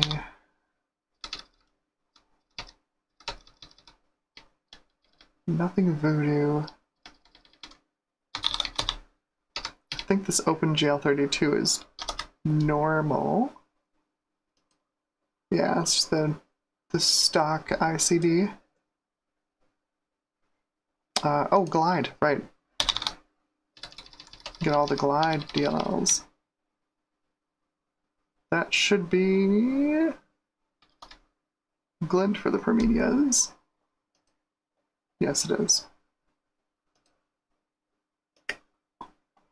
Glide.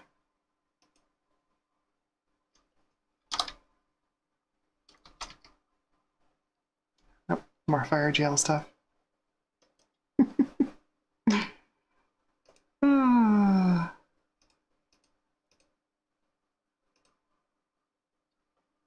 DD32, I think this is also... Yeah, that's also Permedia stuff. Should just be the Glide. Glide 2X and Glide 3X.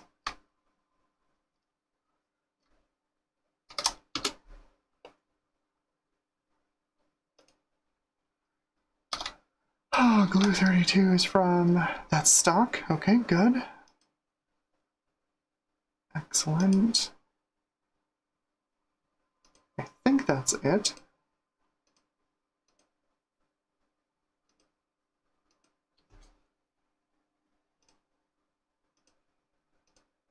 Alright, so next thing to do.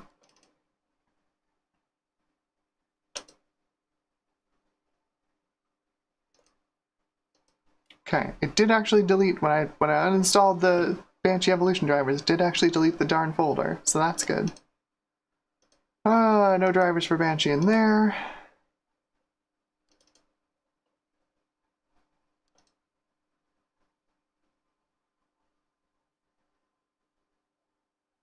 Have a good one, Garjon. I will catch you later. Probably going to be late. But that's okay. We are going to overclock this card. Once we have working drivers, we are going to overclock this card. It's gonna happen. Alright, let's see.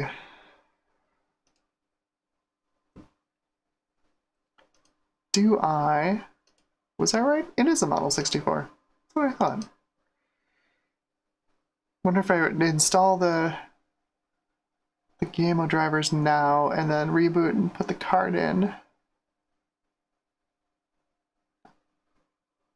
Because it's probably going to pick some random driver somewhere. It is. It is. Put it on to charge before the stream, so we are good. Let's do find 3VFX.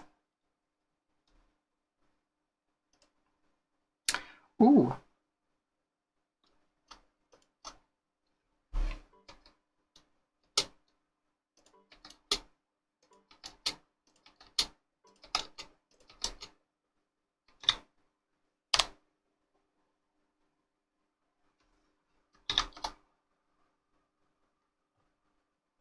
What is the find again in this? Find next is 3.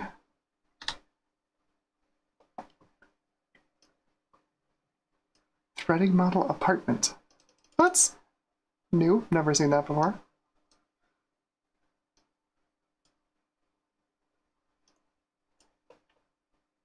Where did it even find this?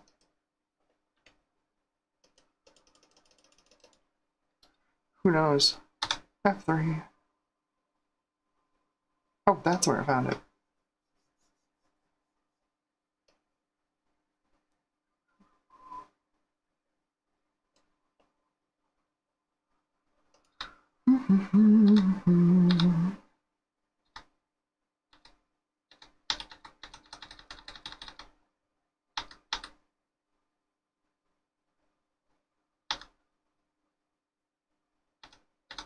Mostly 3DFX tools.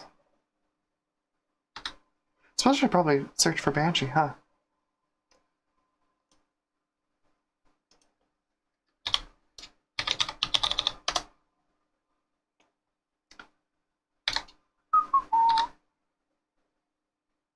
There we go. There we go. Install locations. Well, that's the drop down in the thingamabob. Extremely tempted to edit this list.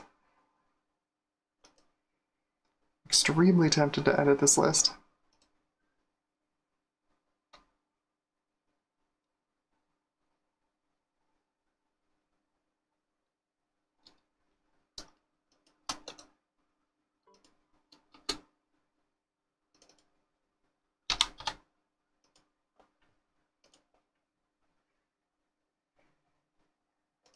Let's do BA, actually, for most recently used.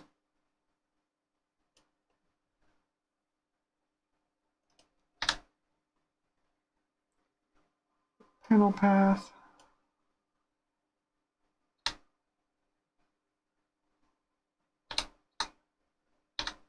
Oh, shoot. That was Banshee Evolution drivers. Why don't you delete that? Darn it. Let me find this. Hang on.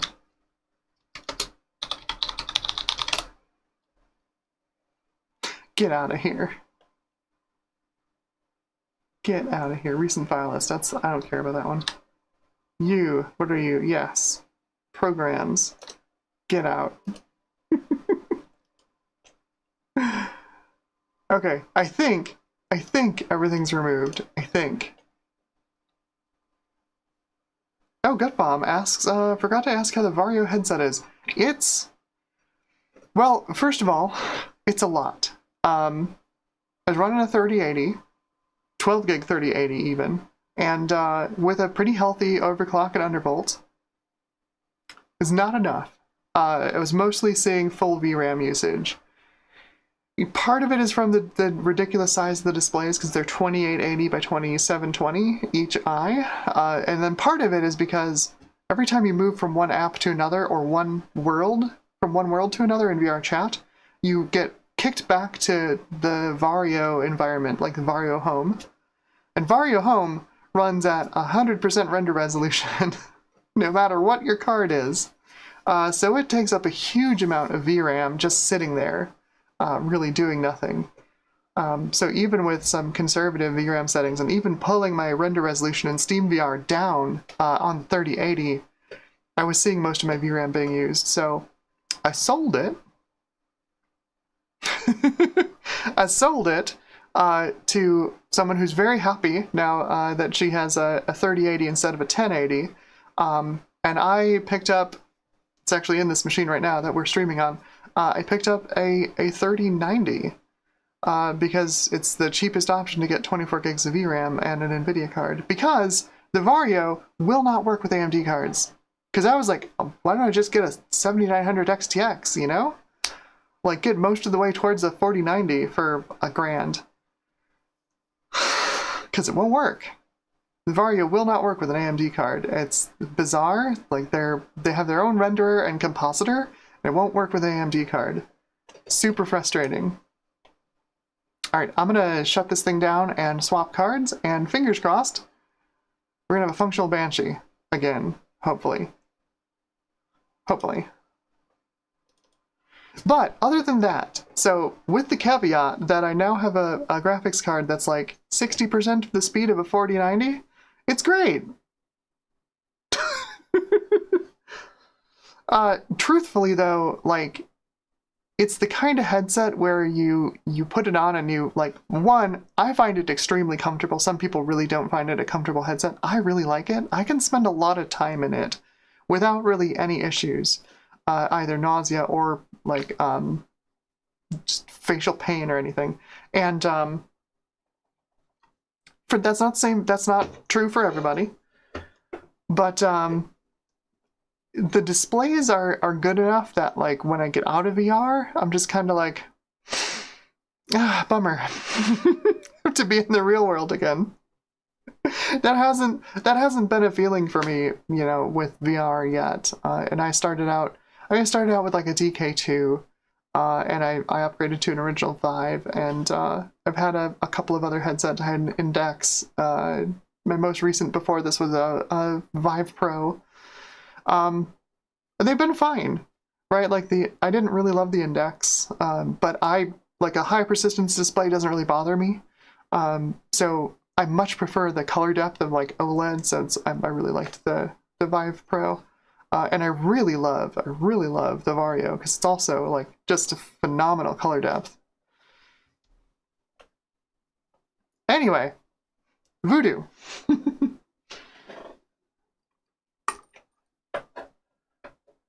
With the caveat that I now have more graphics card than God, the Vario is great. It's a bit of a learning experience, because it is, you know, Vario mostly does enterprise grade headsets. So like their software's a little fiddly. It really needs a specific routine to start up, because otherwise it just has a bad time, and it just gets into a loop of not working until you finally like reboot your computer. Say the right incantations, throw salt over your shoulder, and it finally works. But boy, when it works. Whew.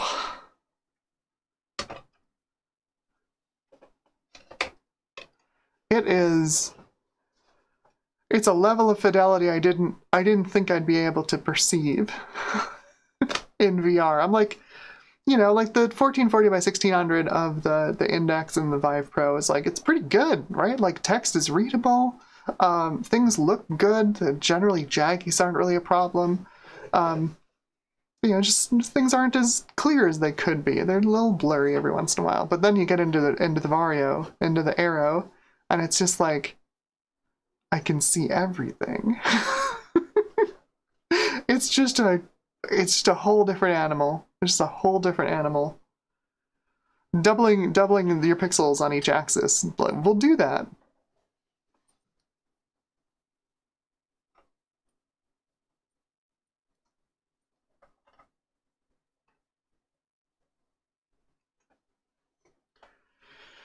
Really, the only subjective thing is the comfort. It doesn't fit well on some people. It fits great on me. And then, of course, there's the FOV. It's not for everybody. It's pretty narrow FOV. It's a side effect of the lenses, because the lenses aren't Fresnels. They're normal asphericals, and it means you don't get any God rays. You know, there's no ghosting like that. There's a little chromatic aberration, but like the clarity in the headset is just, it's incredible. It's incredible. It'd be really cool to have like Pimax levels of field of view and also this pixel density, but like it's gonna be several GPU generations before we could even drive that at this point. Just going through what I've gone through to get this thing to like run nicely. That being said, I'm hanging on to this for a while, and hey, excellent. It did try to throw in the drivers, and it couldn't do it, and suck it. Suck it, Windows. Alright, I'm going to manually install the Guillermo drivers, because I think those are the ones that work the best. They certainly were the ones that I was having the most success with when we first started. So, have disk. Look at that! See, the edit worked. Let's do Max Gamer Phoenix. Okay. Yep. Yes. Please work.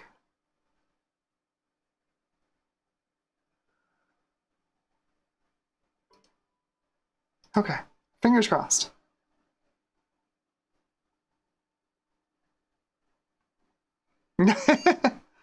Gutbomb says, I thought the Reverb G2 was excellent for comfort and very good for resolution. Yeah, they're really well regarded.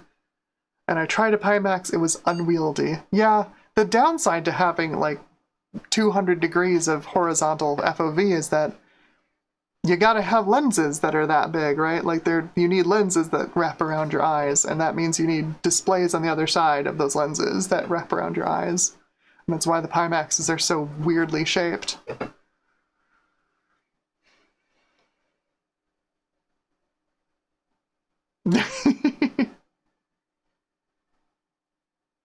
Joe's Computer Museum asks, do they make headsets that have ballast on the back so it balances better? Not really. Some of the quests, I think the two with an optional, ooh, look at that. That's fun. Oh, I think these are the aftermarket tools, because I deleted those too. I think the Quest 2 with an add-on, and the Quest 3 with an add-on, and I think the Quest Pro by default, maybe, have counterweights on the back. But there's a company that makes counterweights that they just Velcro onto the back strap of your headset. And from what I've heard, they're really good. They're really, really good.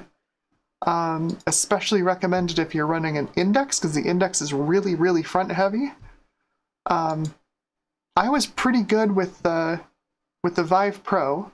It's fairly lightweight. It's not that heavy. The weight of it, I think, is closer to your eyes than the Index. And then I also, I Frankensteined my Vive Pro, and I plugged in a deluxe audio strap, which also changes the balance of it a bit. But that was a really comfortable headset for me, too. I didn't really have any balance problems with it. I had an Index for a while, and I really didn't like it because it was really heavy on the front of my face. She dug into my cheeks. It was terrible. There you go. That's the one. Gutbomb says the Quest 2 Elite strap with battery has the battery on the back as a counterweight. Yeah, that's what I mean. Yep.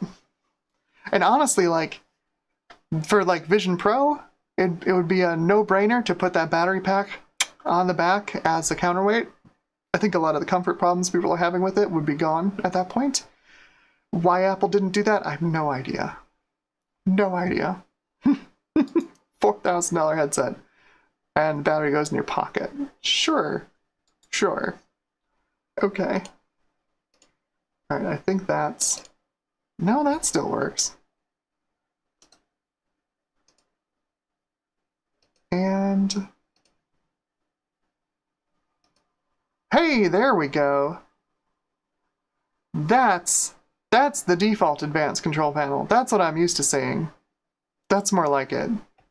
Okay, so I was running something a little crazy before the start of the stream.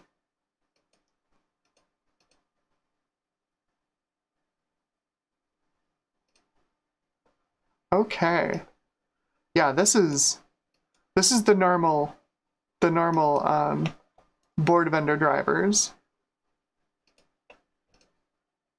I actually, honestly, I don't expect Quake 3 to run with these. I think there was a problem with the Guillermo drivers and Quake 3, I think. Yeah, so it doesn't run. So, where do we go from here? Maybe a Mesa GL. Maybe the 3DFX reference drivers. I think if we run an app that this is going to expect. No, even that doesn't work. I'm annoyed now. I'm annoyed.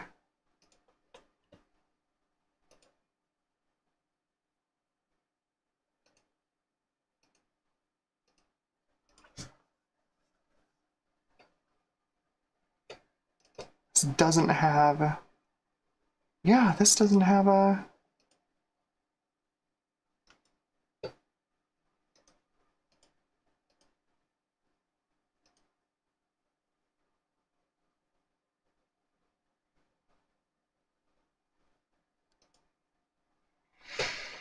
well, that's not great.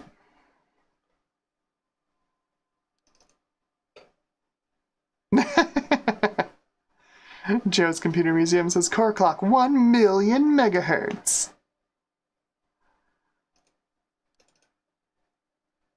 Oh, those are the same drivers. Why? What is this BIOS? 1.00.10.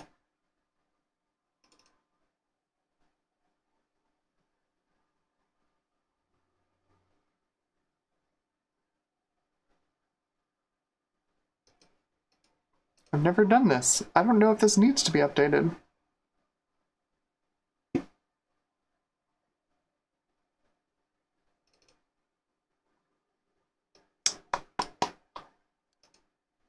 .00.10.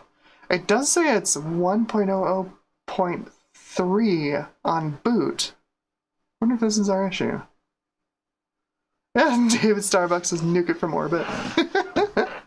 I might image it first and then nuke it from orbit, because it's still good for testing other cards. It's just the Banshee is messed up at this point.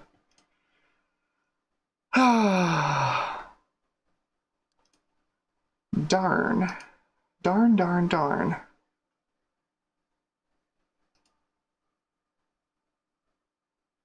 Alright, let me shut this down and get the SD card out, and I'm gonna try two things. First thing, I downloaded a Mesa GL. Let's try it. See what happens. Second thing, I don't have high hopes for the Mesa GL, honestly, because like glide stuff doesn't even work at this point. Second thing though, we'll nuke it from orbit. I'll image it with the SD card out, and then we'll nuke it from orbit. Why not? Frustrating, but I think that's what has to be done.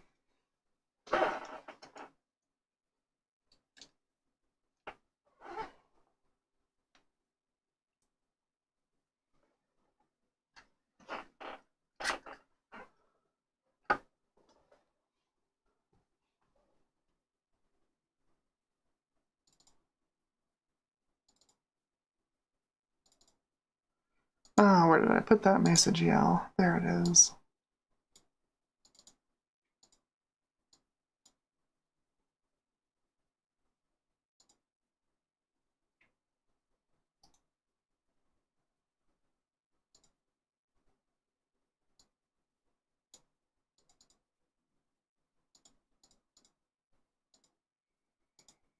Okay.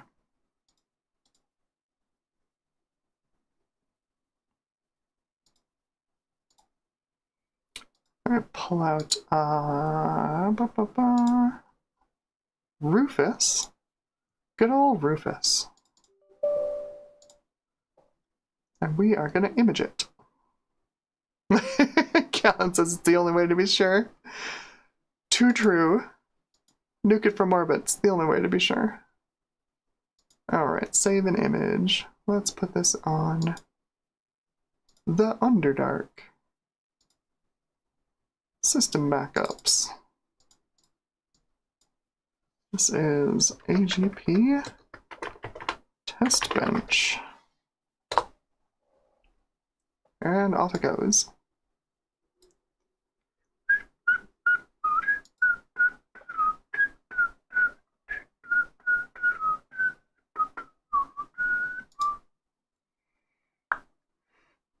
Super fun.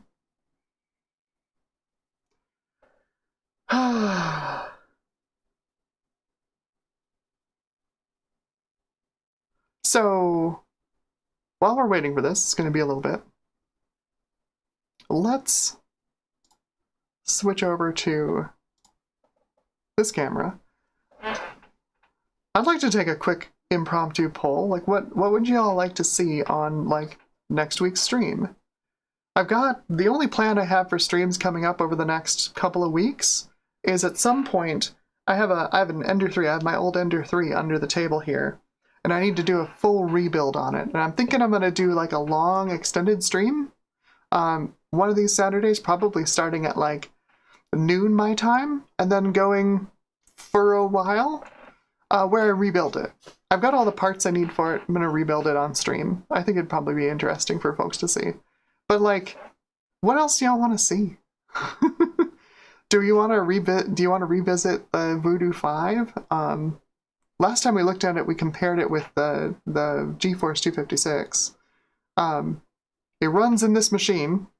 It's probably the fastest machine that a Voodoo 5 will run in, and it's honestly pretty impressive in this machine. We do the similar thing, like mess with aftermarket drivers. The tragedy of the Voodoo 5 is that once NVIDIA bought up 3DFX, they didn't update the drivers anymore. The driver team was gutted, and no more drivers for Voodoo 5. Eric's Edge says, hypercard programming, Trina loves it. It has been, I think honestly, 30 years since I programmed HyperCard. Yes, I have programmed HyperCard. It's been a long time. It's been a real long time. Once I got up to like messing with X commands, I pretty much like, it was too much for my tiny child brain at that time.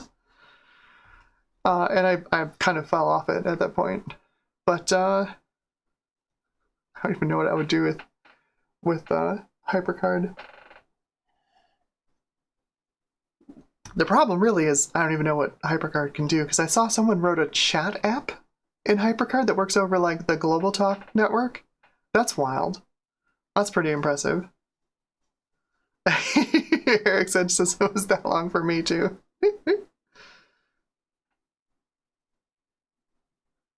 Blake DMC says, I remember people doing mods to get San Francisco Rush to work on a Voodoo 5. I'd like to see you attempt it on stream. Alright, I will make a note of that. I'd love to play some San Francisco Rush. It's been forever since I played it. And if I can get it running on the Voodoo 5, that would be pretty cool. It'd be pretty cool. Now, is that the PC release of San Francisco Rush, or am I allowed to use MAME? Is San Francisco Rush even emulated? I have no idea. Let's see, Notepad. San Francisco. I can spell it right. Cisco Rush on Voodoo 5, 5500.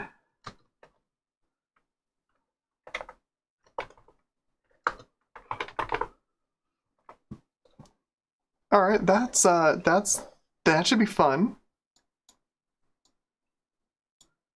That should be fun in a spoon in the eye kind of way. I'm gathering. PC release. Okay. Modding needed. PC release.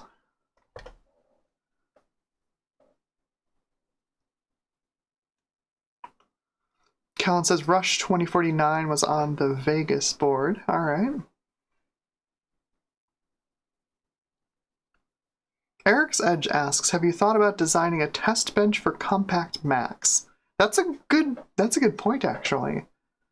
I've watched John, Big Bad Biologist, and Mac84, and geez, all of y'all like repair compact Macs. What would you need in a compact Mac test bench? Or would you, because like the cases for them are generally durable. I mean, minus like what, the Classic? Isn't the Classic that falls apart? Is the Classic 2 that falls apart?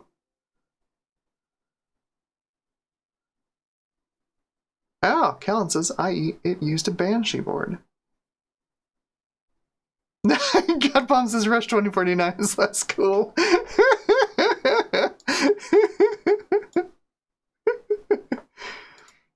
Have there been attempts to get I don't even know what's the state of Hydro Thunder? Because that'd be cool. Wouldn't that be cool to run on some Voodoo hardware?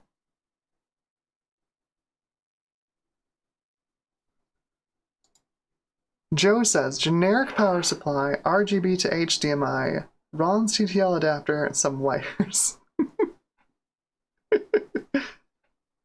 I guess so like literally a test bench, like where you can just like slot in a board you're testing and like plug in your stuff and make sure the board works.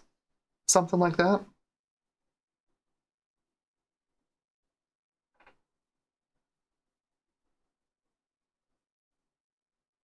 Okay. Okay. Makes the repair experience better. Okay. So like a classic Mac repair jig. Because I think I use test benches differently than I think other people do. Staring at my test bench. Probably I probably use test benches in vastly different ways than other people do. Let me give you a quick look behind the scenes. Pull back the curtain real quick here. If I switch over to the desk cam, and my desk cam is on a quick release. So if I undo this,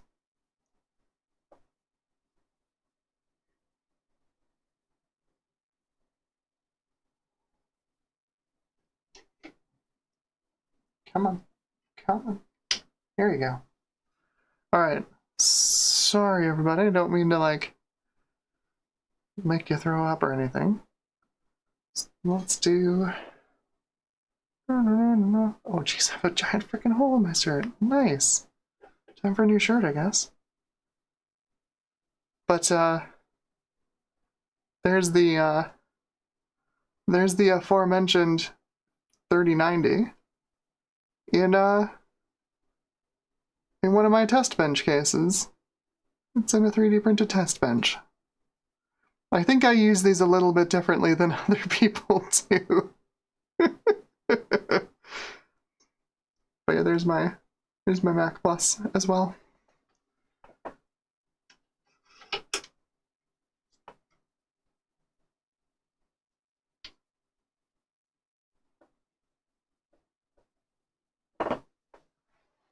There we go. But you mean like sort of like a repair jig. Something that makes what, fixing the motherboards easier? Because I assume the meta is to not use the analog board, right? You've got some kind of a power supply solution, and you're just going to plug it in, test the board, see if it works, do your soldering, plug it in, test the board.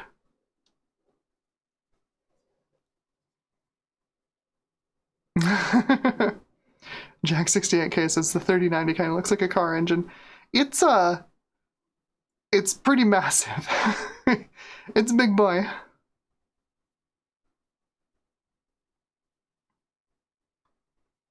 Blake DMC says I haven't heard much from Hydro Thunder on Voodoo hardware. Maybe we could give it a whirl. All right, I'll put that on the list too. Challenge accepted.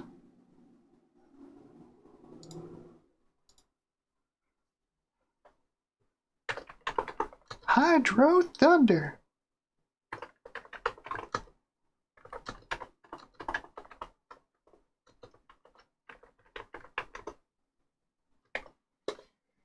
Should be interesting.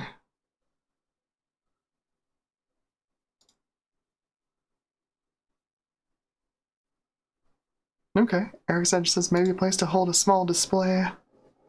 Fantastic to have something like that as opposed to having a dangerous, fragile, exposed tube. Yeah, no, that's fair. That's fair.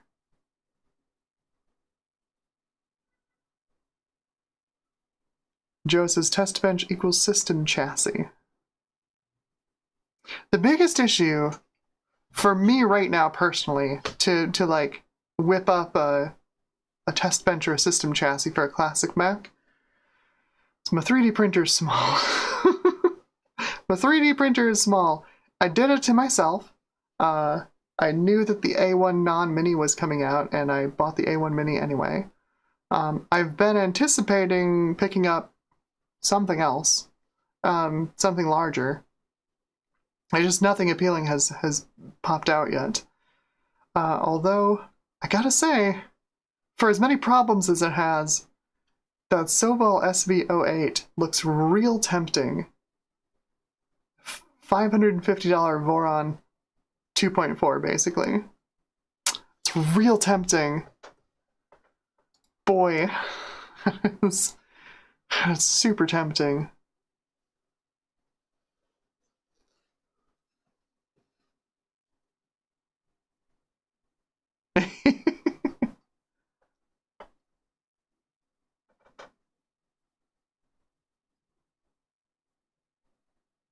Interesting. Yeah, I don't know if there's a PC port of Hydro Thunder.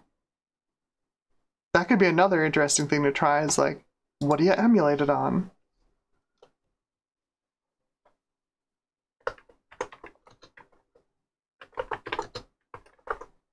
Let's see, Hydro Thunder Windows. It does exist.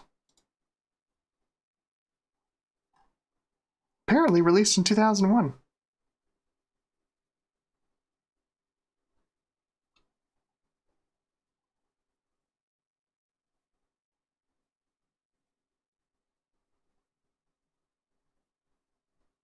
Looks like it's got glide support. It says, for best experience in Windows 7 or newer, run the game through the DG Voodoo utility. That might be a pretty easy run on a Voodoo 5. The glide support in Voodoo 5 on the Voodoo 5 is actually pretty great. It's quite backwards compatible. Not quite all the way back to the original Voodoo, but like Glide 2 and Glide 3 stuff, not a big deal. Not a big deal on the Voodoo 5. Honestly, it's a really nice card. It really sucks that there's no driver support for it. Let's see. Let's do eject you safely so you don't scream at me.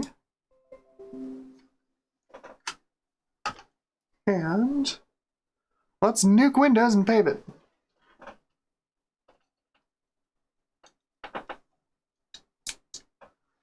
I'm gonna overclock this Banshee if it's the last thing I do.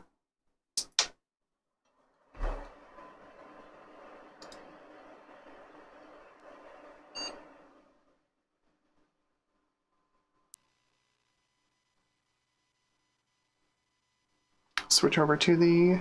Oh, I wonder if there's something... Clippy's not here. Clippy's very important.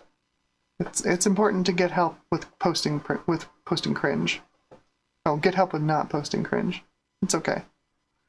We'll just continue streaming.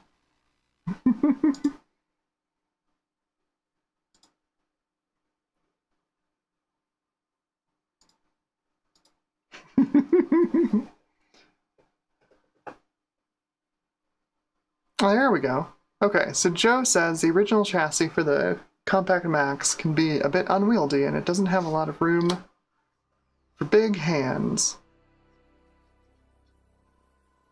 Gutbomb says yep, and have the board available for probing with the scope and whatnot. Okay.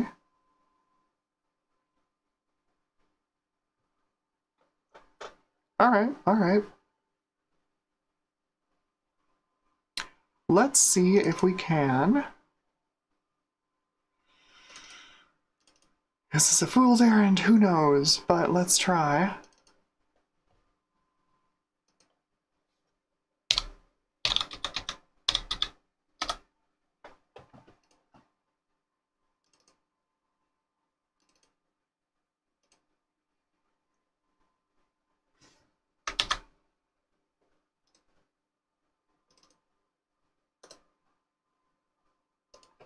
Do not have high hopes for this, but I'm curious.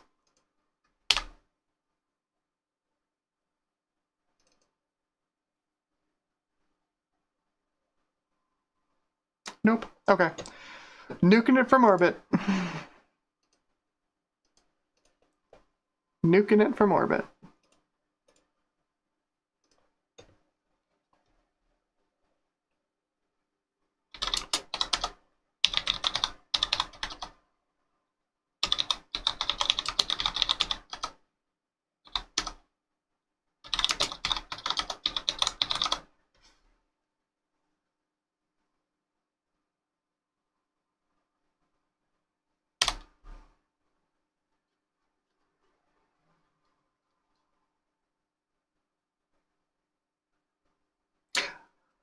Callan says that Off-Road Thunder was the exact same hardware as Hydro Thunder. I've never actually played Off-Road Thunder. There's a whole bunch of those Voodoo-based Midway games that kind of passed me by, unfortunately.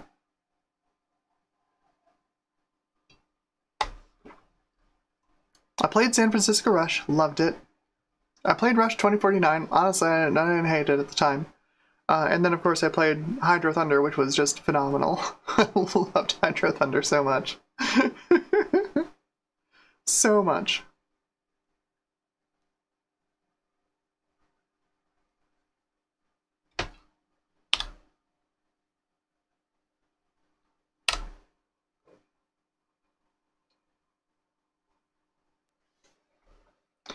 Alright, sorry, doggo. You're giving good advice, but taking up too much screen space.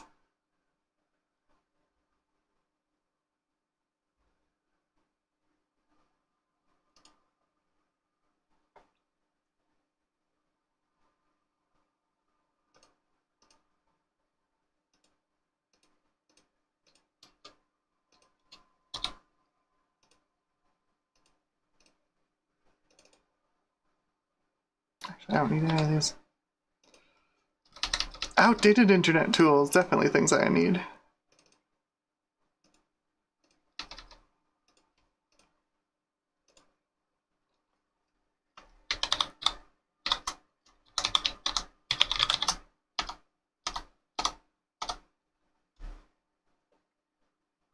I think it was. Gutbomb asks if NFL Blitz was Voodoo-based. I think it was.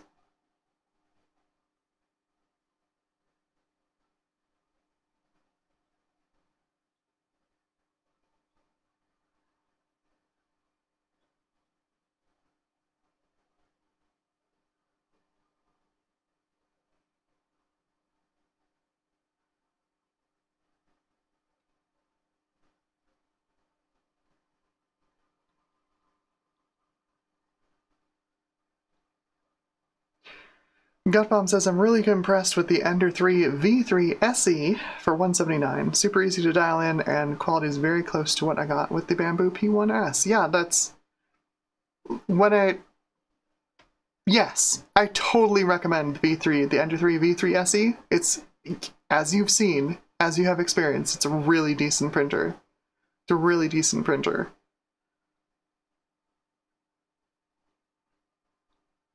When I went to VCF SoCal, the primary purpose of my exhibit was showing off what you can do with 3D printing and retro computers. And I brought along a little printout that I made that said, if you're looking for your first 3D printer, what do you want to get? And Ender 3 V3 SE right at the top, because it is, honestly, it's a good first printer. It's cheap, does what you need it to do, and they finally, Creality finally fixed all of the egregious flaws with the other Ender 3s. I just wish they hadn't called it an Ender 3. Like, that thing deserves to be called an Ender 4, honestly. Just, like, let go. Let go of all of the negativity around the Ender 3 name.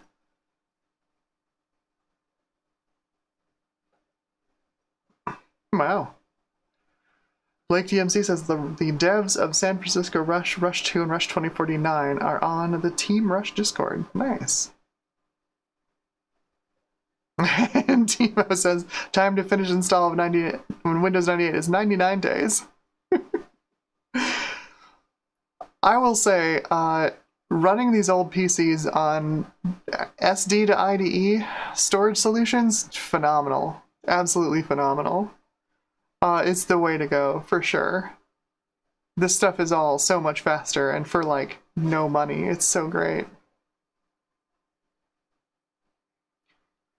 Oh, spinning disk storage. It had a certain charm to it, but boy, I don't miss the speed. Boy, I don't miss the speed.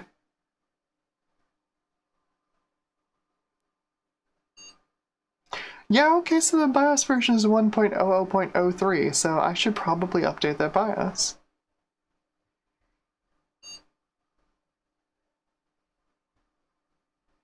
It might explain why it does weird things with the reference drivers.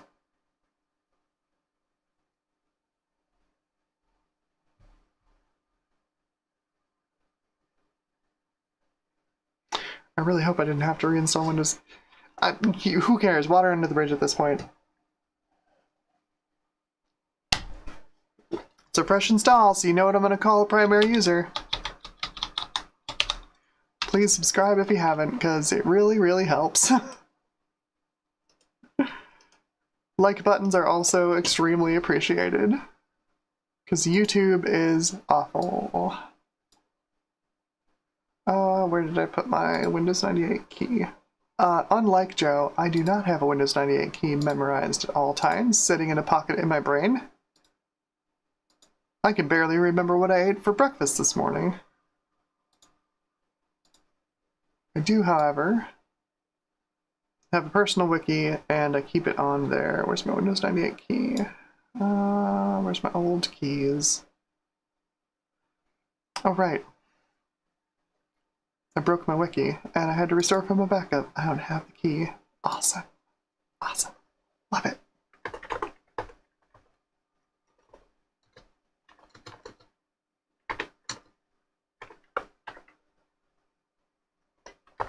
Is Joe typing the key out in the chat now? Yes, he is.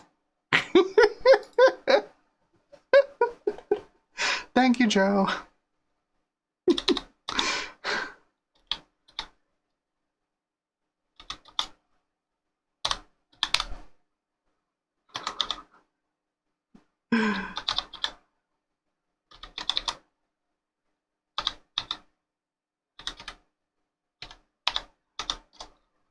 Look at that. It's a working key. Joe, you're impressive and terrifying at the same time.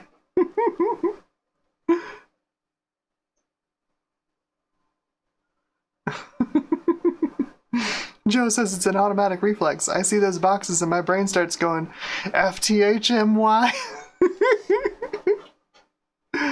Oh boy.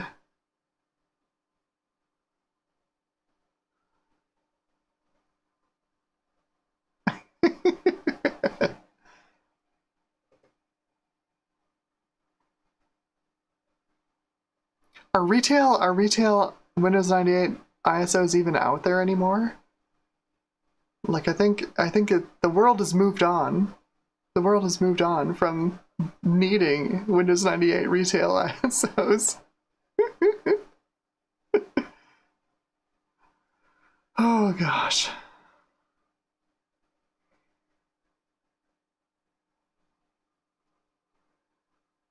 It would be kind of fun, honestly, to like have a copy of 98 in a box. I have a copy of XP. I specifically picked up a copy of XP to have a copy of XP in box. But like, it'd be kind of neat to have a copy of 98 in the box. Demo says no. The world does not need Windows 98 retail ISOs anymore.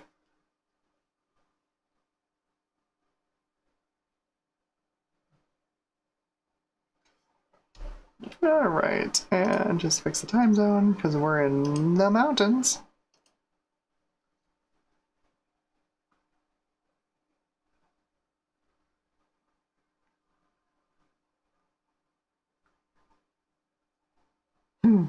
David Starbucks says I still have a retail copy of 95 kicking around somewhere. Nice.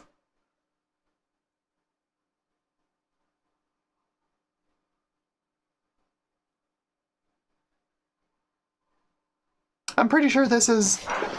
I don't remember what version this ISO is on that I've got on this thing, but I think it's 98 SE, because like regular 98 is just, it's not that great, you know.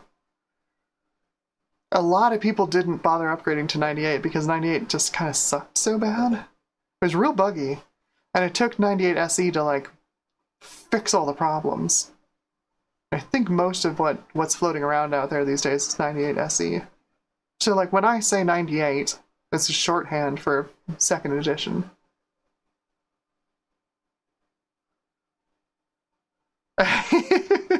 Callan, lowers head in shame, I still have an ME CD. It's okay. It's alright. It's important to admit your mistakes and you learn from them and move on. I had a friend back in college who installed Windows ME, and I was just like, why?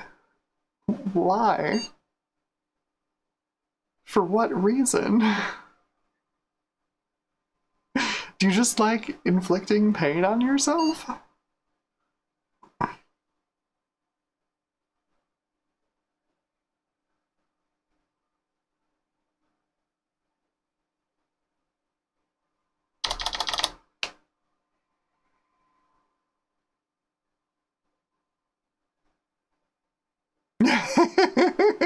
Counts as boy did I.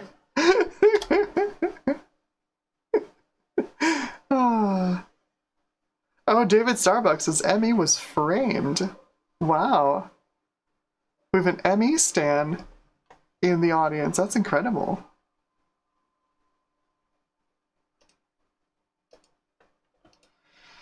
Alright, here we are. No drivers. No nothing. A lot of stuff to delete.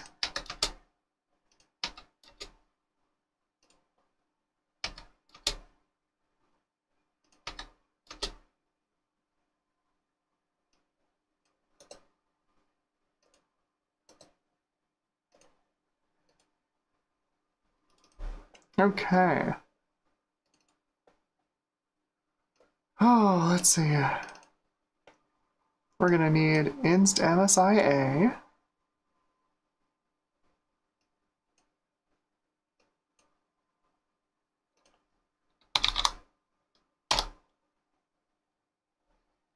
Gotta turn on my file extensions.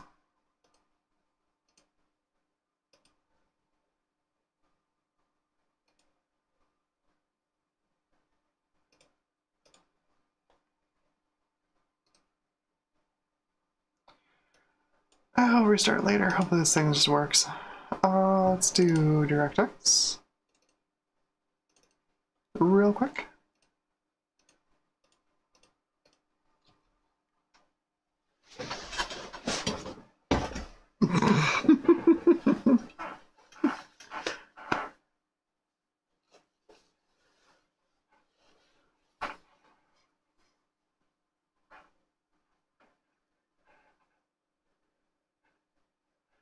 Gut Bomb says, I agree, Emmy was fine.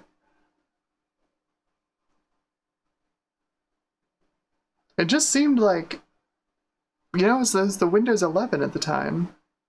Like, it took a perfectly cromulent version of Windows and just added a bunch of stuff to it that it didn't need.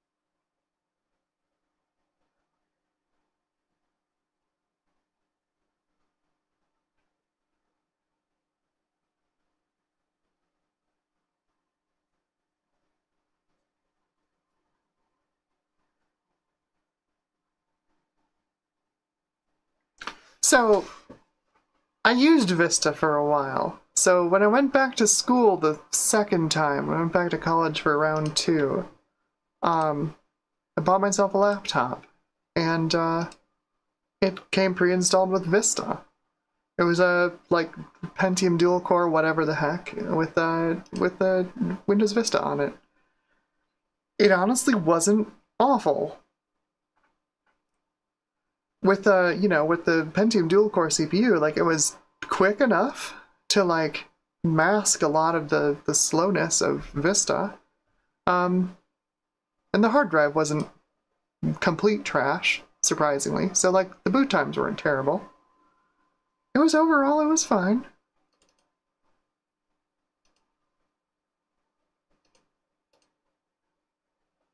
The thing that really bugged me about Vista is that, and I guess they had to do this, but because they changed the driver model, right? Like it was a forced demarcation point because they left so much hardware behind in the Windows XP land. And I'm one of those kinds of people who likes to keep old hardware working. It was annoying. They didn't even have, there wasn't even like a backwards compatibility mode, right, for older hardware. They moved to the new driver model and that was it. It either ran on Vista or it didn't. It was annoying. What else do I need on here? I think this is, let's get sound card drivers. I do have the sound card drivers on here. Where is the... I hate setting these things up. The drivers on here are so bad. Please work.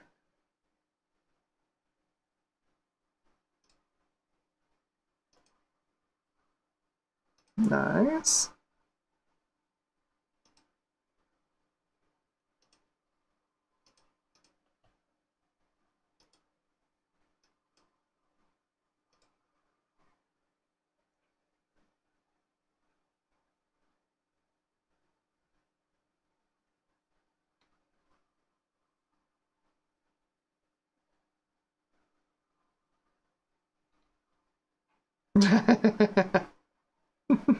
Windows 11 is Windows ME 2.0. It just...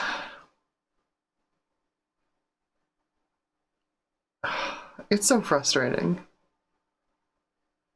I'll be completely honest. I am working on getting off Windows because of 11, and I know I'm not the only one. There's a lot of people, a lot of power users who are thinking gaming on Linux is pretty good these days.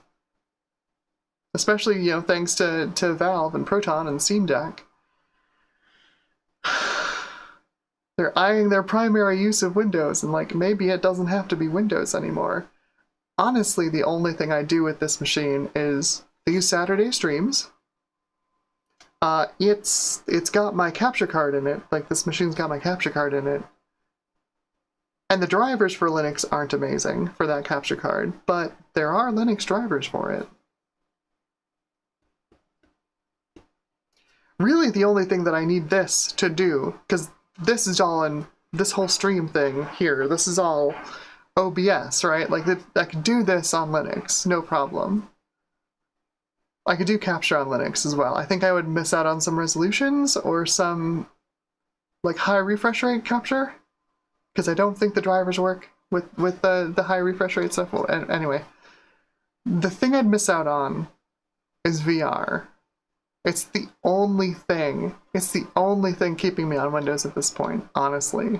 I do all my video editing on, I've got a Mac Mini underneath my monitor. I do all my video editing on there. I do most of my web surfing on my Mac Mini. It's tiny and it's quick and it's silent and it just does what I need it to do. I'm not saying Mac OS is perfect. I'm real frustrated with a lot of that OS's interfaces, but for the most part, for just surfing, doing video editing, it's pretty great. It's pretty great. And then I have the giant Windows PC for VR, and just keep staring at it at some point. I hope Valve is going to port Steam VR, a really good version of Steam VR to Linux.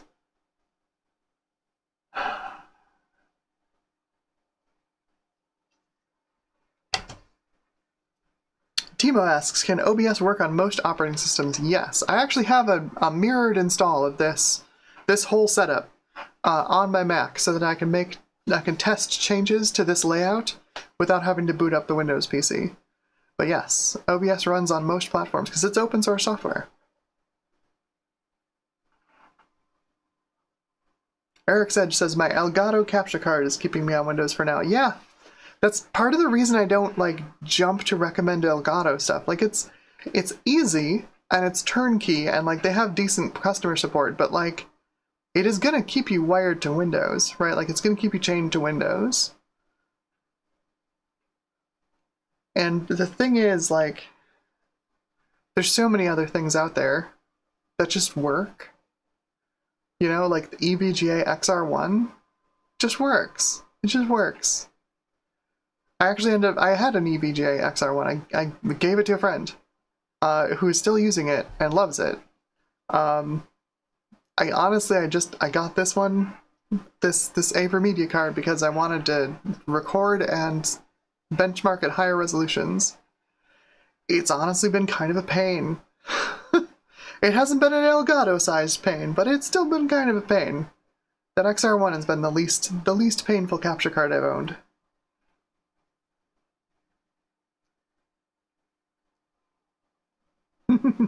David Starbucks says, I actually use Steam to stream games to my Linux box from my Windows 10 box. It works pretty well.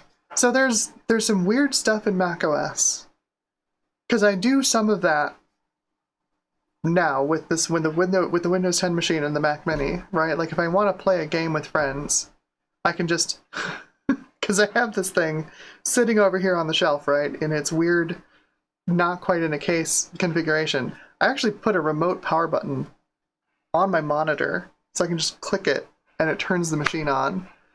I have a little USB KVM that's sitting at underneath the monitor. But just keep it connected to the Mac most of the time, turn on the PC, and just, you know, just Steam stream from the PC. For God's sake. Oh, that's not so bad. That just doesn't know where. It's worried that it couldn't find its own drivers, but no, that's the standard. You've installed drivers the first time. I don't remember where my install files are. Prompt in Windows 98. Yeah, Timo says Mac is an odd creature. So, one of the odd things about it is mouse support. It's kind of weird, right? Like Apple ships the Magic Mouse, which is a mouse that has a touchpad on the top of it. And the touchpad is how you scroll. So, scroll wheel drivers in macOS 10, not great.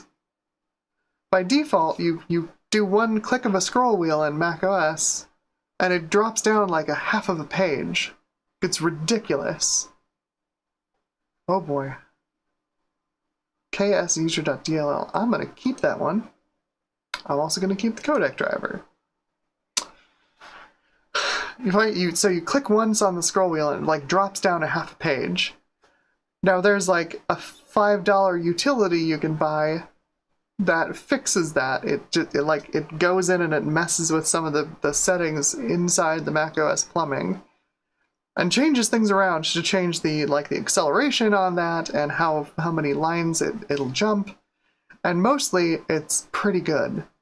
You know, you plug in this utility and normal mouse support, you know, just normal run-of-the-mill mice, everyone has one of these, support works pretty well. So you don't have to do the Magic Mouse insanity on macOS, but like there's that. And then the other thing that I notice is macOS mouse acceleration very different from Windows mouse acceleration. The mouse acceleration on Linux and Haiku pretty similar to Windows, but on macOS it's just a little bit different. And so like I notice it mostly when I'm streaming games from, you know, through Steam from my PC to my Mac, because then the two interact. The mouse acceleration in macOS interacts with the mouse acceleration in Windows, and things get a little weird. I end up overshooting targets, and I have to make some compensation moves in the games that I'm playing. It's very weird. I don't love it.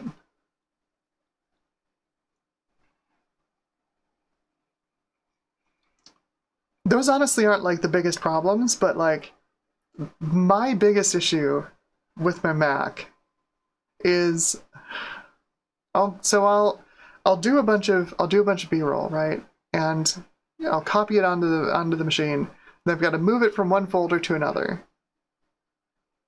I'm just moving it, well, I'm copying it from one folder to another on an external USB 3 NVMe SSD, right?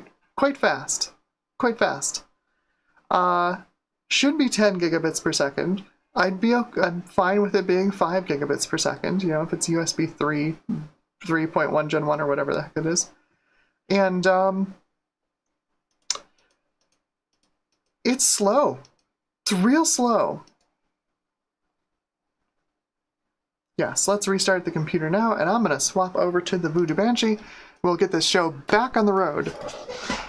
But, like, disk I.O. in this OS is just like, why is it so slow? What is going on with Mac OS that disk I.O. is so bad?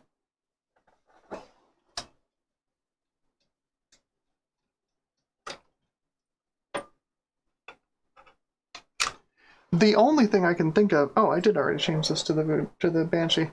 I'm an idiot. The only thing I can think of is...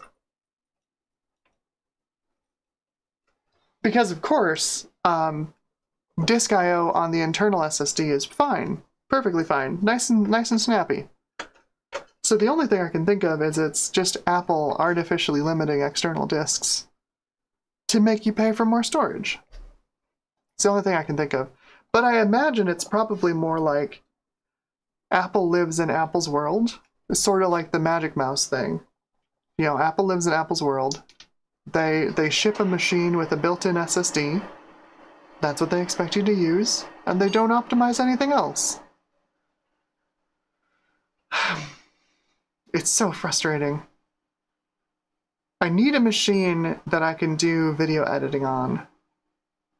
So there's one thing keeping me on Mac, and that's video editing, and there's one thing keeping me on Windows, and that's VR. And if I can find alternatives for either of those things, I'm out. I'm so sick of these major operating systems.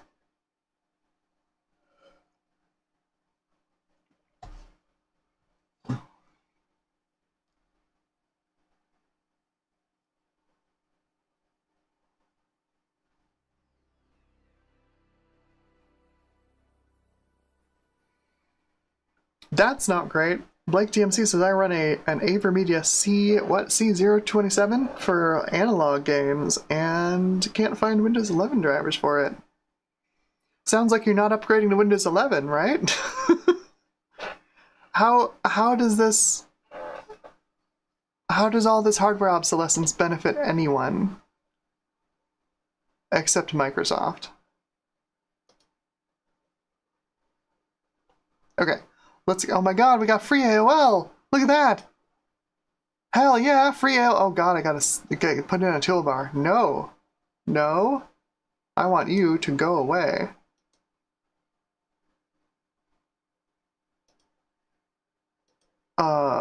Exit. Yuck. That's got free AOL! Yay! Yikes.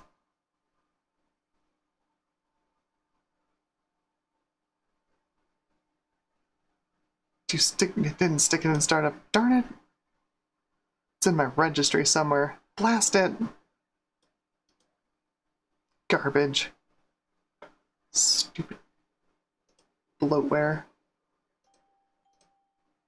Sound works at least.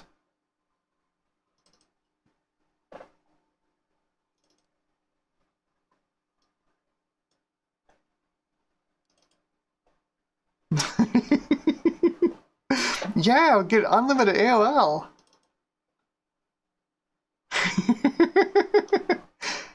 I think that literally just tries to go to the internet.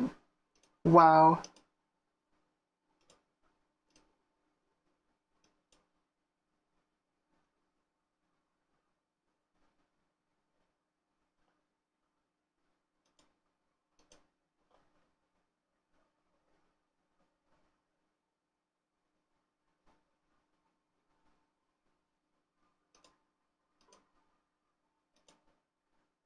Yep, it literally just goes to a web address. At this point, they weren't even trying.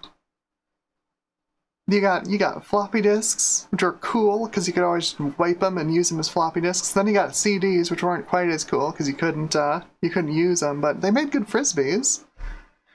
And at this point, AOL wasn't even trying. Their link just goes to the internet.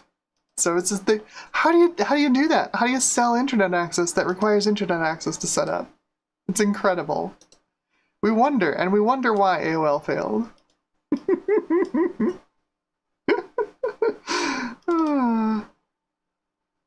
Unbelievable. Okay, so quick show of hands.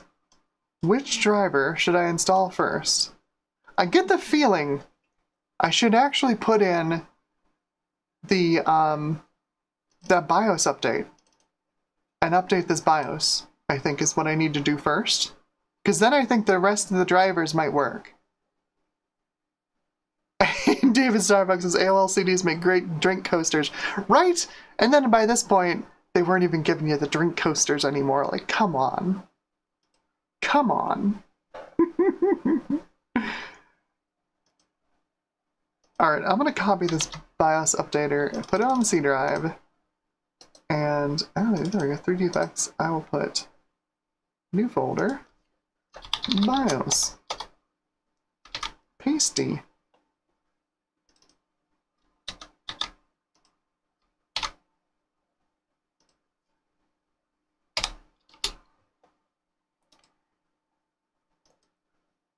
David Starbucks says final reference drivers. Alright, that's what I'm thinking too, but I think I'm going to update this BIOS first, because we are running BIOS 1.00.03, I think? And this is 1.00.10. I think it's probably a good idea to update this BIOS. So let's do that first. We should be able to just go into DOS mode and do this, I think.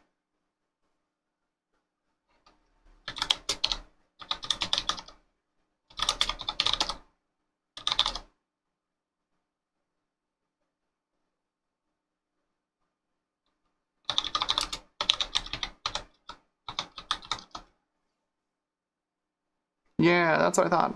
Run AGP BIOS.bat. Okay, and what does this do? Edit AGP BIOS.bat. Will you save the old version?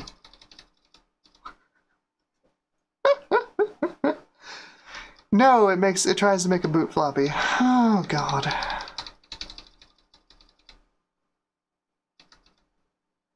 Autoexec.agp. Really?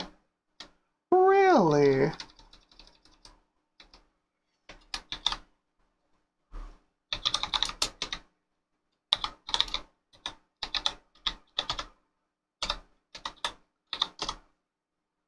No, user flash agpsg.rom. So sgram.com and user flash.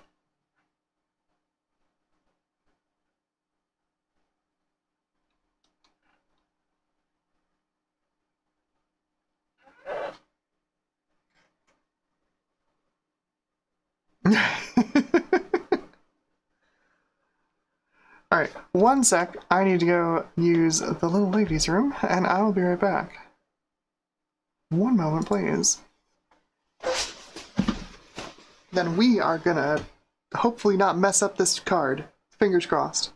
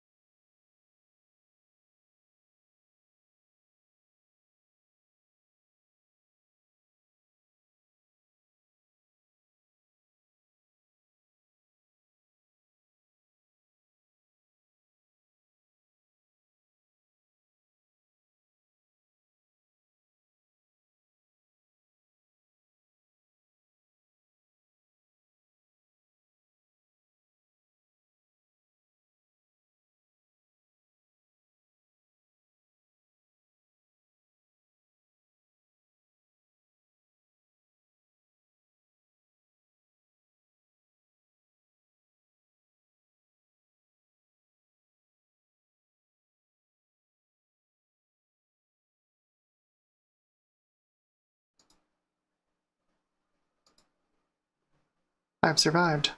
Alright, let's get this thing, hopefully, get the BIOS updated. Oh, alright, let's see. Fingers crossed.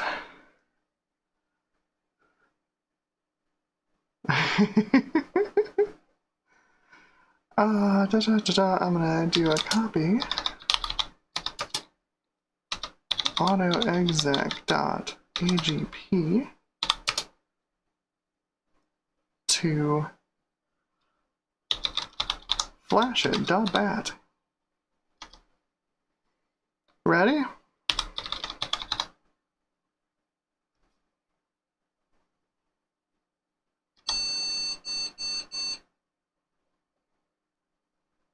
That did not work.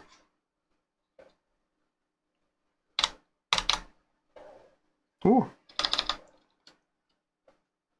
Hey, it did work. Okay.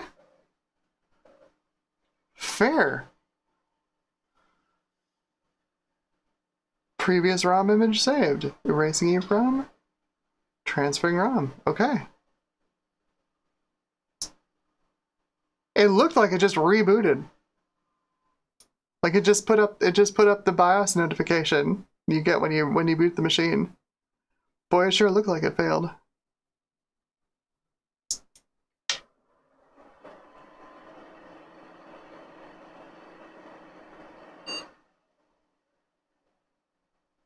Card works.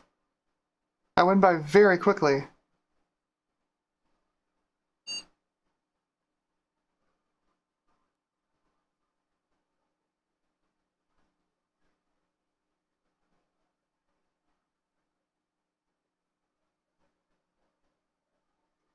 Don't forget to hit subscribe.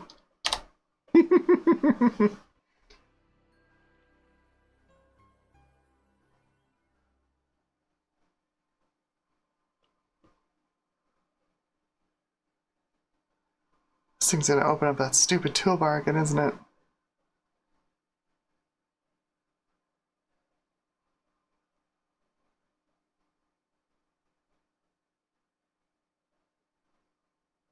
Yep, there it is again.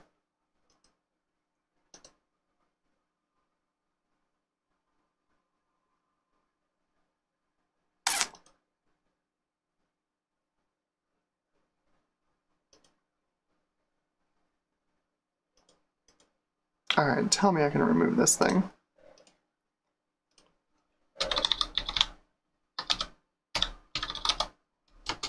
Nope, okay.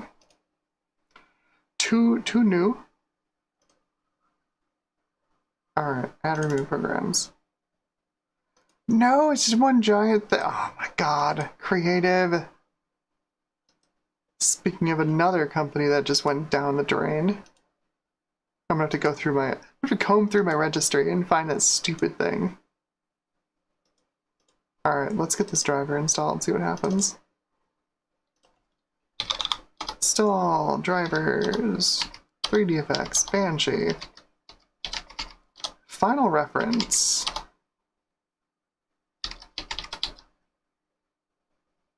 Where'd my final reference drivers go? Oh, because it's hiding system files, right? Show all files. There we go.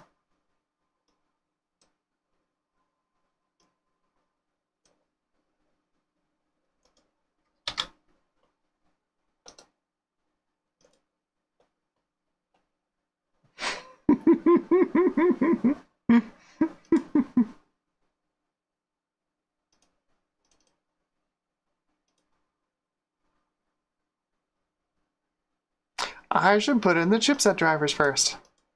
Derp! That's right.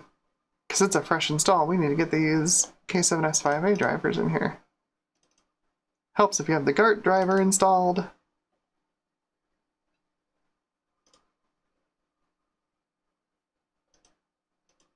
Restart later.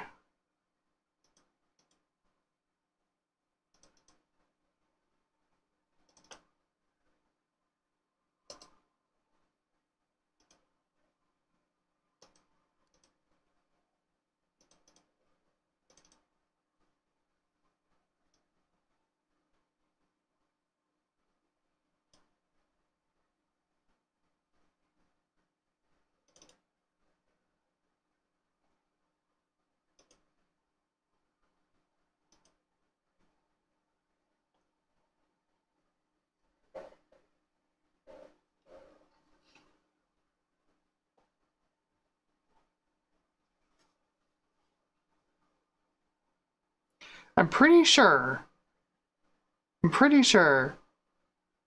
the onboard LAN on this thing, if I plug an Ethernet cable into it, I think it blue screens the computer. Pretty sure.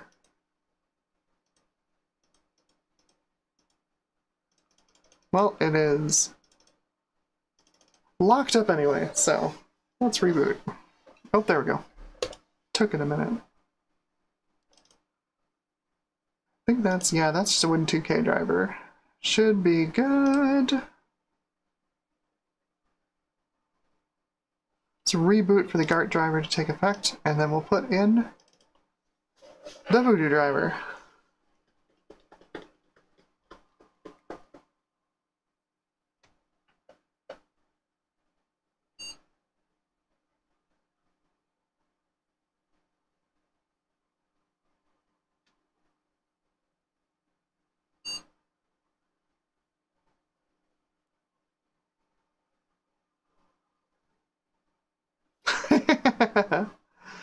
Timo says, I had an X5 music card and had an FX filter that can change your voice from male to female and also reverse sound.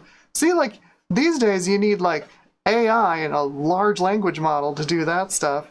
You need something that can do, you know, teraflops of tensor operations to do that. We had that. It was called bad sound card drivers.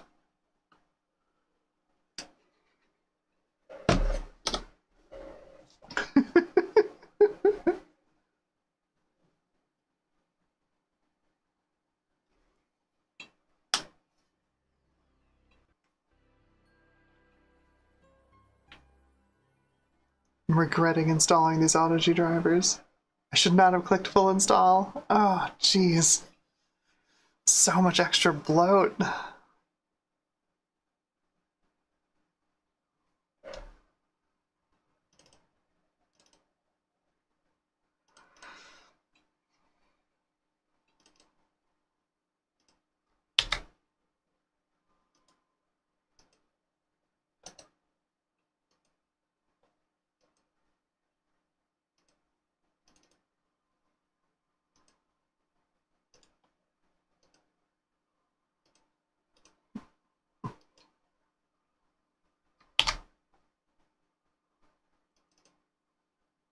Here we go. Reference driver.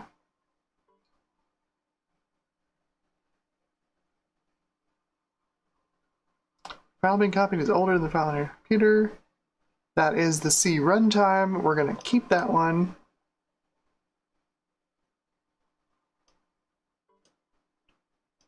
Here we go. Fingers crossed.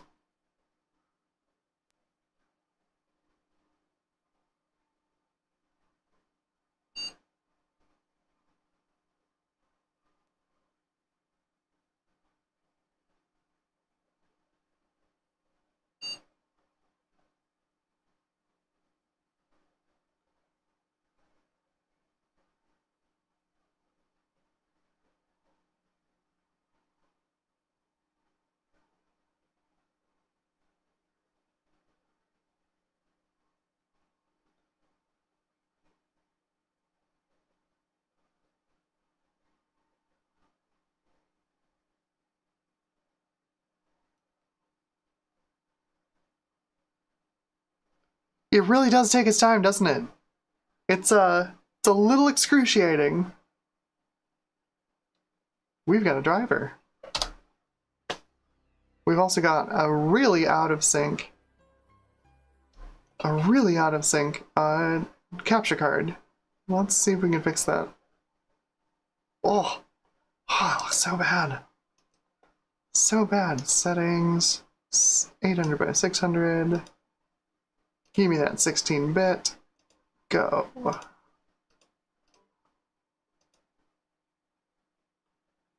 Ta-da! Uh-oh. I crashed the creative toolbar by changing the resolution of the display. I so regret installing all of that garbage. Jeez. Let's set you to 60 Hertz and then let's do a auto calibrate. Okay, and no, there we go. Yeah, okay, that works. Oh, so what do you think? What's the over/under on this actually working? On being able to play some games? What are we thinking? Fresh install Windows 98. Fresh drivers, updated BIOS? Updated BIOS on the card. Let's see if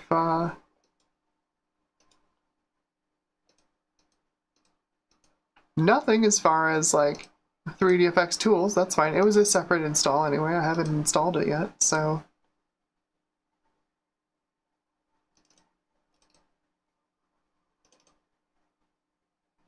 what do we think? What is the likelihood? I think I've got that Mesa GL in here.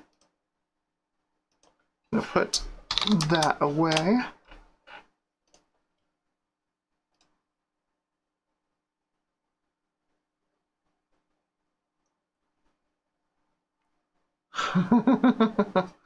Timo asks, did Sony ever provide tools to remove the music CD DRM? No.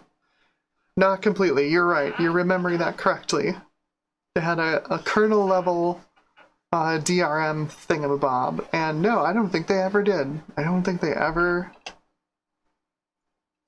made any tools to remove them. Alright, well, fingers crossed.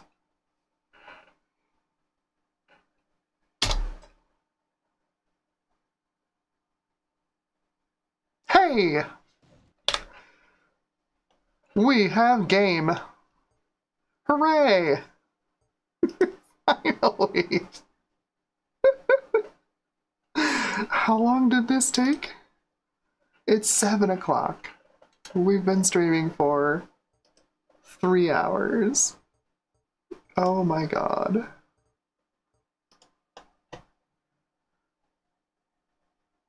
Who remembers what we got on the initial benchmark on this? It's something like... Is it something like 50? We did 640 by 480, didn't we? Something like 57 FPS.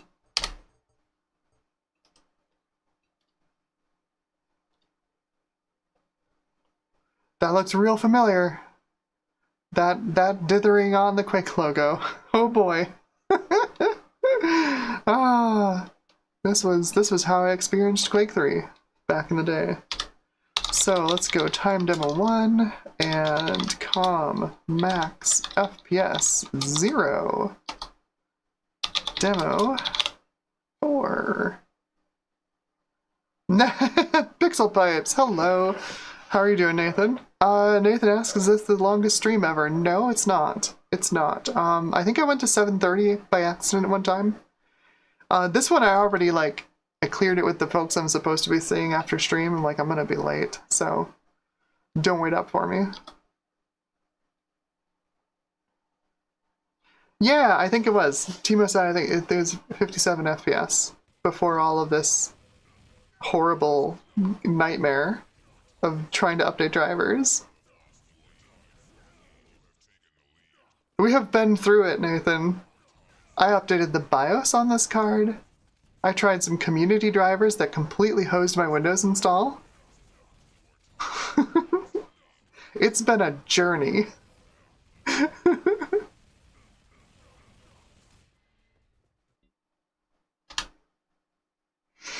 44 FPS, we have lost performance.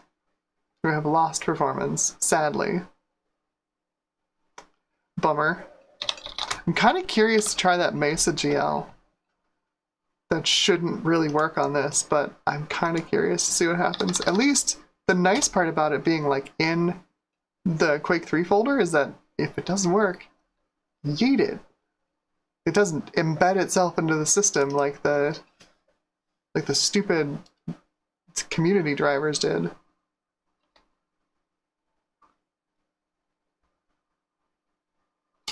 Well, I guess there's our answer. It's a big old wad of nothing. That just locks up the machine. Okay, well, Now I know. And knowing is half the battle.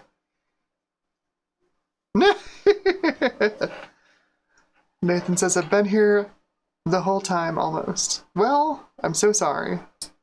It's been a journey, as you've probably witnessed. It has been a journey.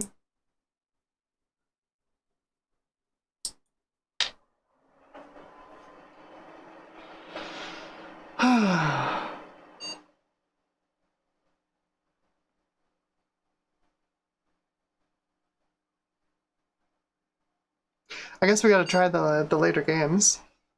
Maybe these are more compatible drivers. Maybe Tribes 2 will work.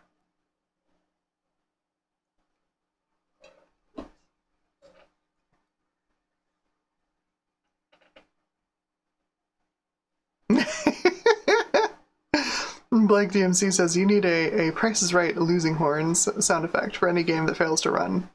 Yeah, honestly, more sound effects would be good. I'd like to have more fun with the stream. It'd be good. It'd be fun.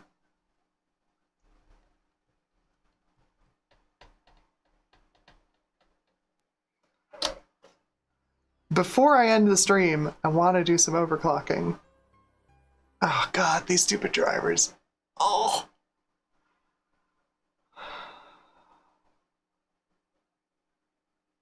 I'm kind of tempted to uninstall them and then reinstall them driver only.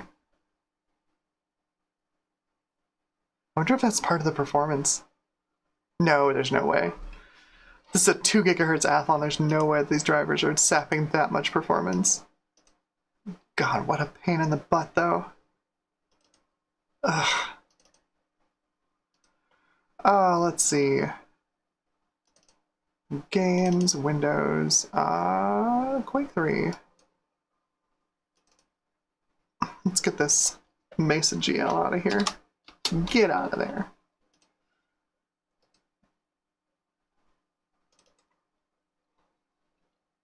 Make sure we can still run Quake 3. We can. Excellent. Wonderful. 44 FPS. Boo. Boo.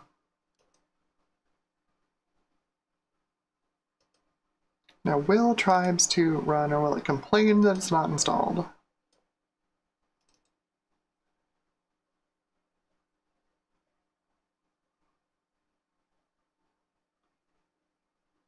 Run it and glide.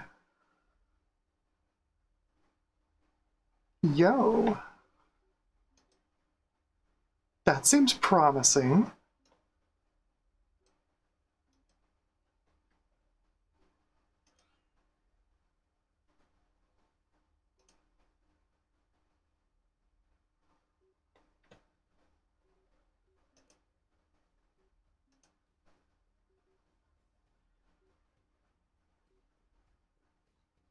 Just leave this at the defaults, see what happens.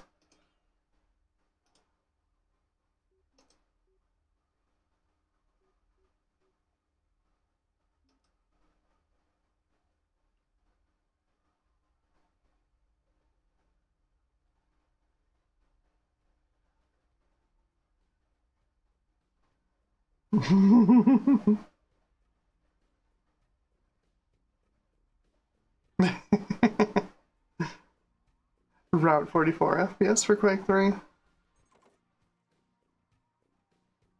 That looks pretty much just as broken as it was before. Yeah, unfortunately. Bummer.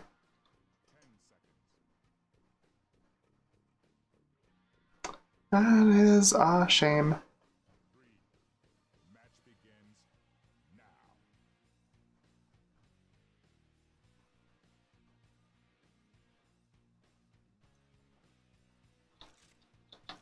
Oh, right. WASD bits shifted over one. Ugh. Terrible.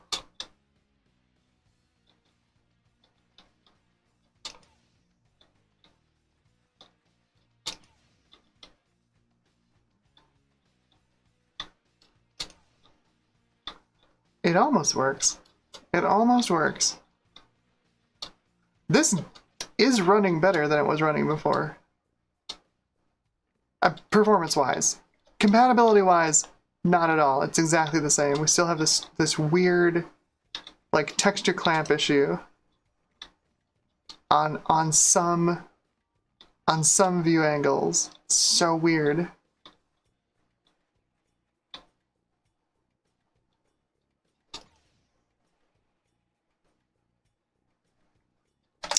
Bummer.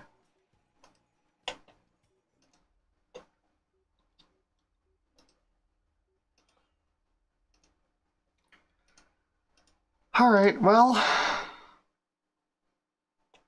what about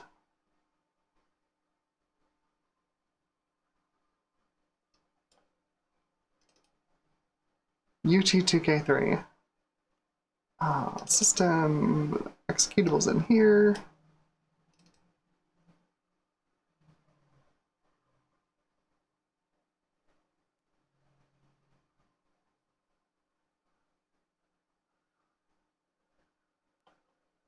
Ironic.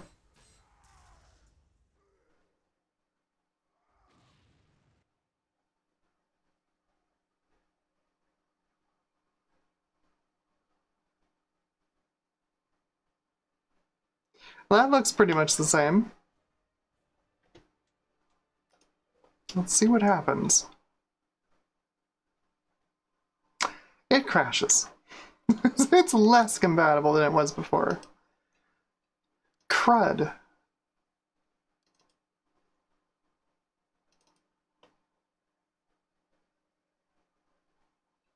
This would start to load the loading screen. I didn't show this before on the stream, but this would start to load the loading screen and then say it encountered a serious error.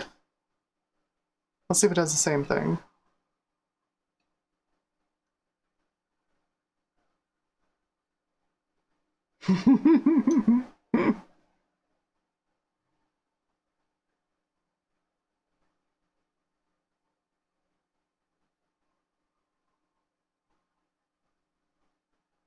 Yeah, nope, there we go. This one actually just crashes. It just plain old crashes. Nice.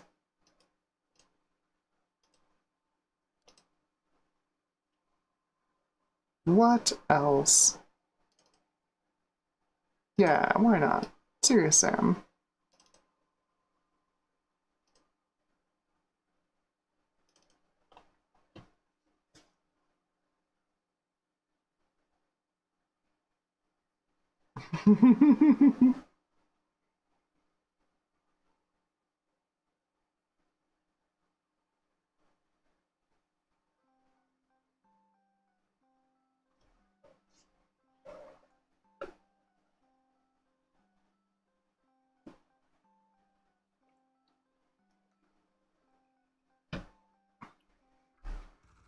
Oh, there we go.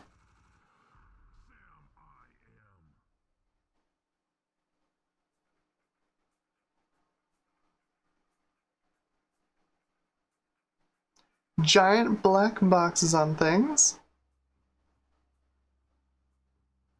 But otherwise... Huh. I will admit, that's pretty much the best I've ever seen Serious Sam look on a Voodoo Banshee.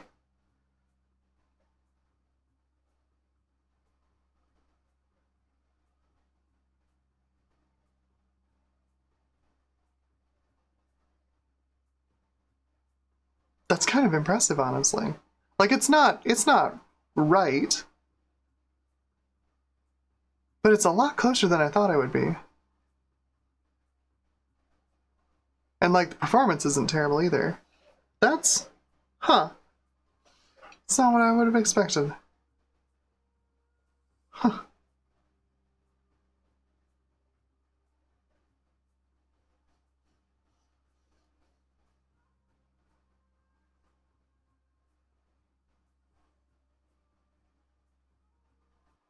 Alright, let's see if we can tweak any of these settings, get this to run a little bit better. Texture quality settings, I think, mostly. Oh, yeah, geez, resolution. Holy cow.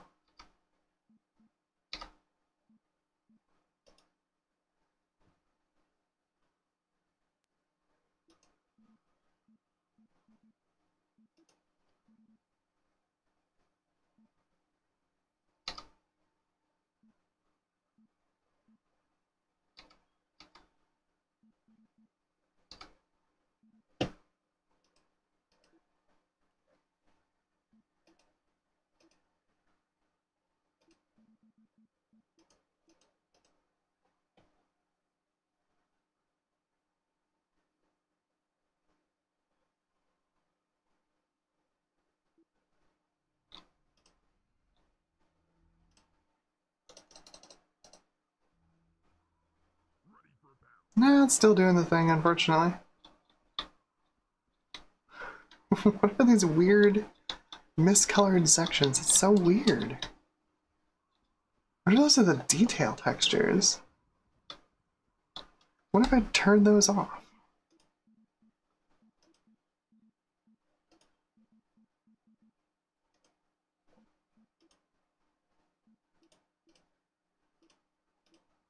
Nope, that's not the detail textures. Huh. So strange.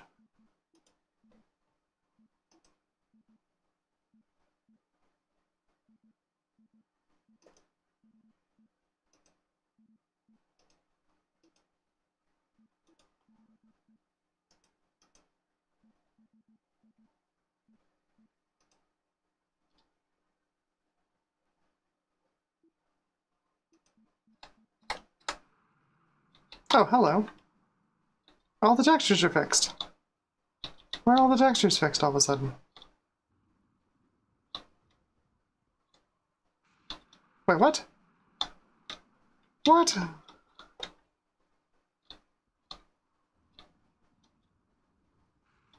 Hang on.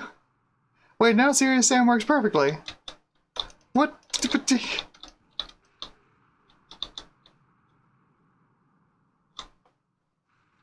Was it just the texture size option? It just was running out of VRAM and that's how it was. I think it was. I think it still is.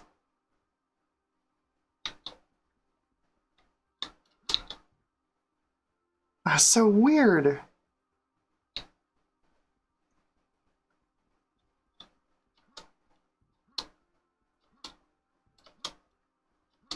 This run's pretty okay. I mean, it's not like, I wouldn't call it smooth, but like, it's reasonably playable.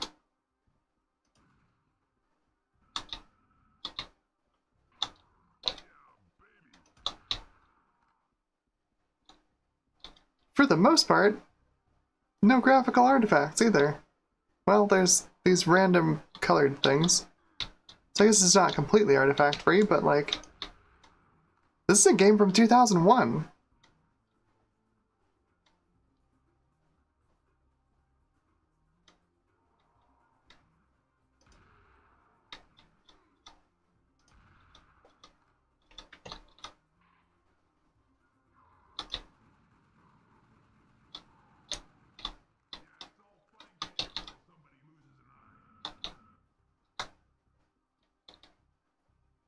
It even does the caustics. Look at this. You go, little Banshee.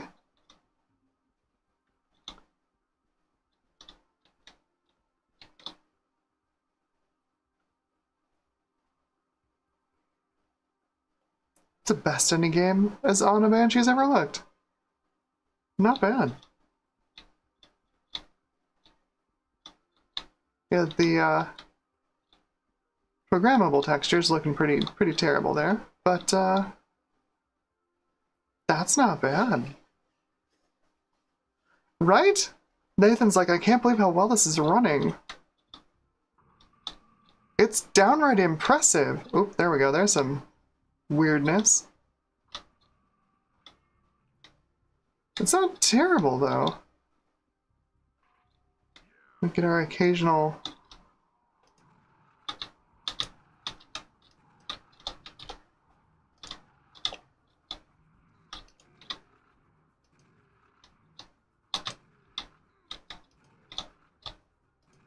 So weird. It runs so nicely.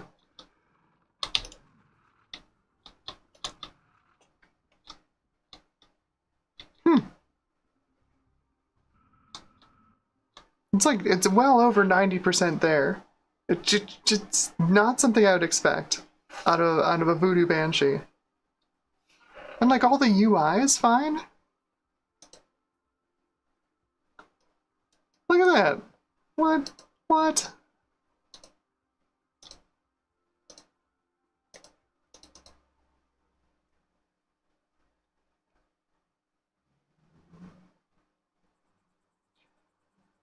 Timo asks if more memory could have saved the Banshee, and I don't think so.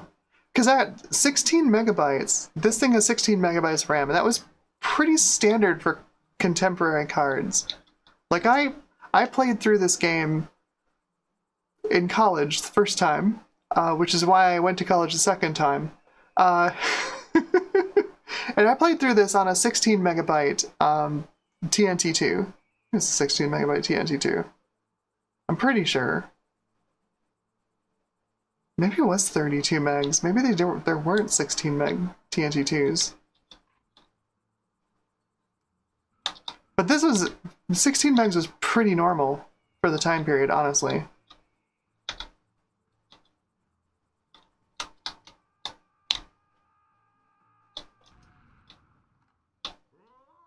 The biggest problem with it is that, you know, it's still related to the SSD chipset, which has a fairly glaring limitation when it comes to textures, and that's 256 by 256 is the maximum texture size.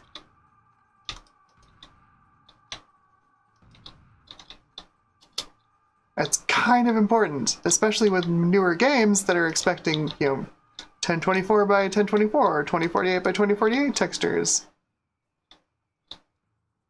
And I think that's what we're seeing, I think.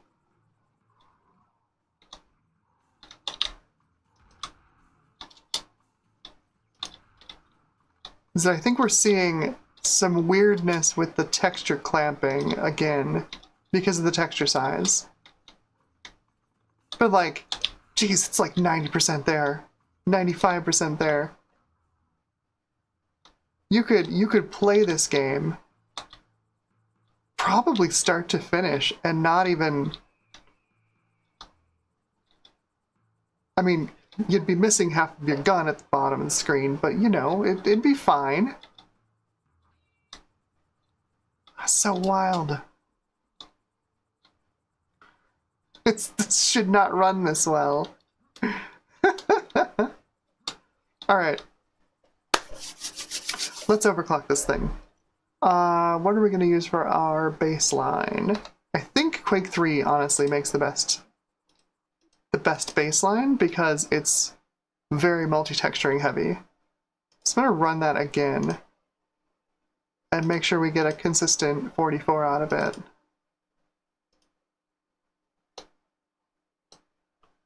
Create shortcut, and I have some goodies for overclocking. Drivers, 3D effects, Banshee.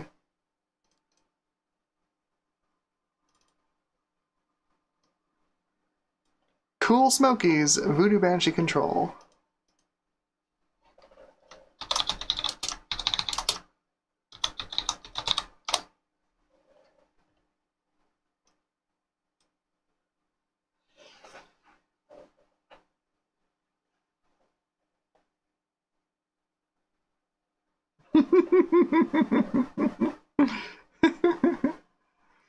Blake DMC is starting to understand just how old as dirt I really am.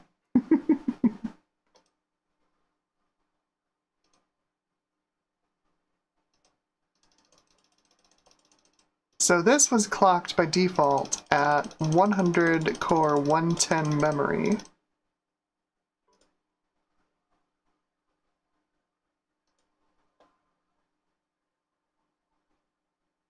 Disable VSync. Disable VSync.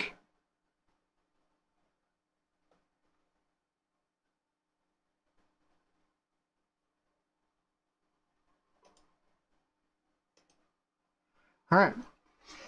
Let's just make sure that the utility doesn't blow anything up. Let's set it to the default clocks. Yeah, there we go. BIOS version 1.00.10.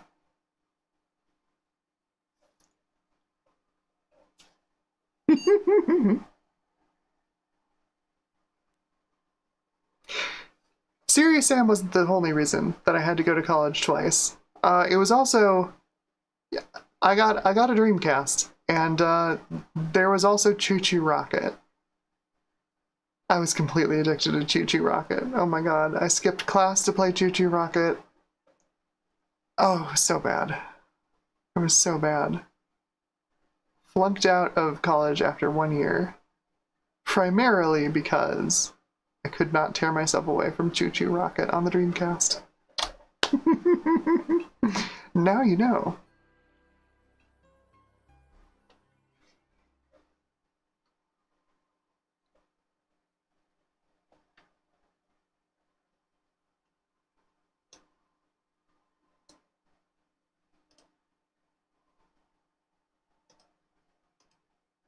Alright, where's that stupid toolbar? Come on.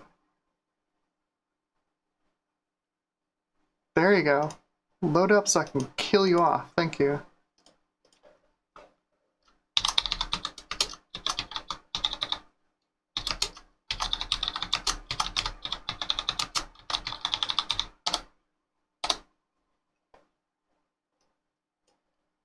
Alright, there we go. Looks like it works.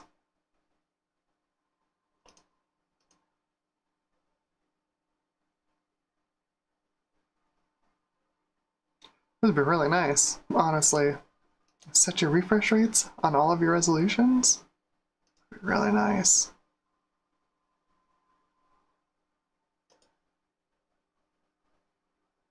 Okay.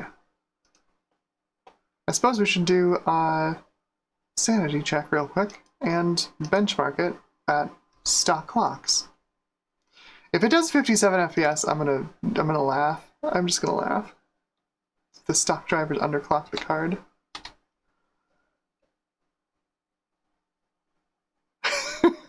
Hack! Approximating cinematic for Rage Pro or Voodoo. Ouch. Ouch, ouch, ouch. Alright, time demo 1. Max FPS 0. Yes, technically a Rage Pro can run Quake 3. Technically. Nope, this is 4. Does it go faster than 44 FPS now? I'm really curious.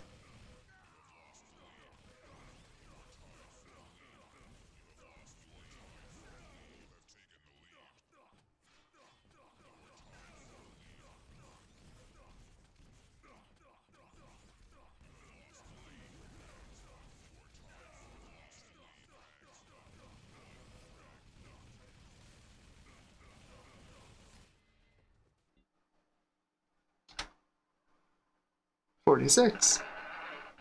Okay, 46 at stock clocks.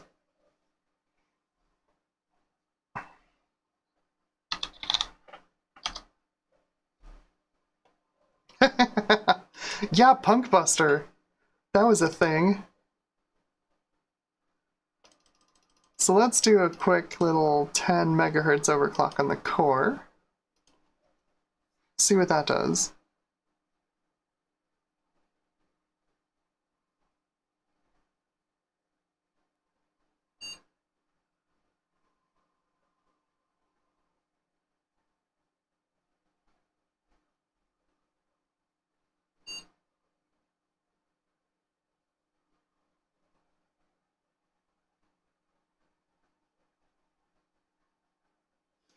I guess we can...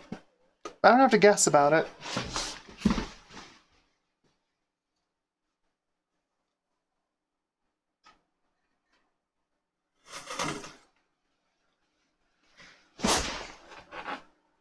This is my TNT from back in the day. It's a fastware.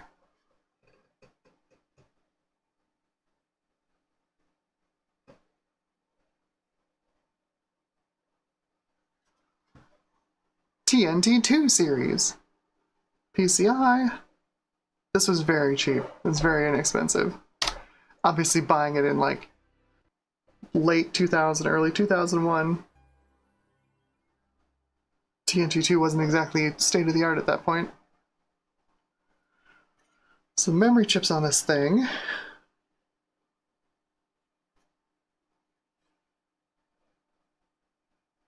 Don't make any sense at all.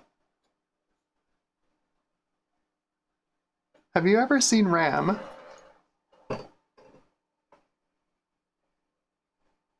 from Macrocosm.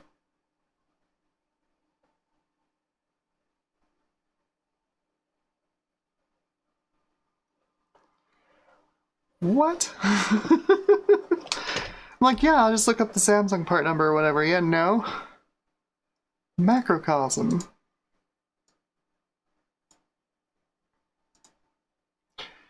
It's entirely possible it's TNT2 Model 64. I was not wealthy. And I mostly gamed at 640 by 480 and 800 by 600.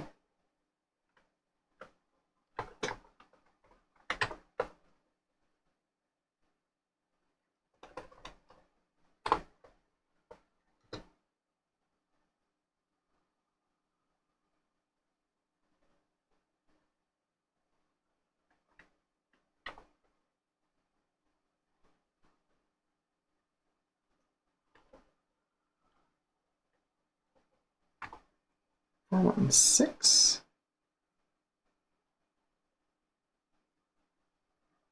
0090.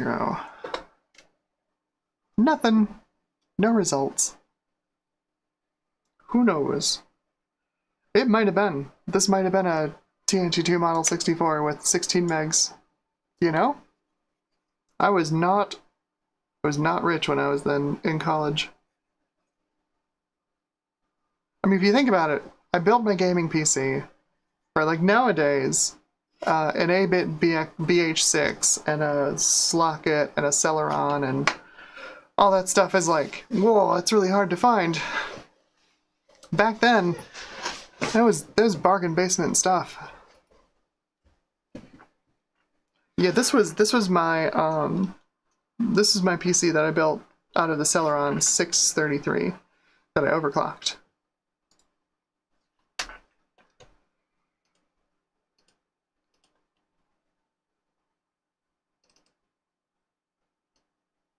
Alright, so we are at 110 core, supposedly.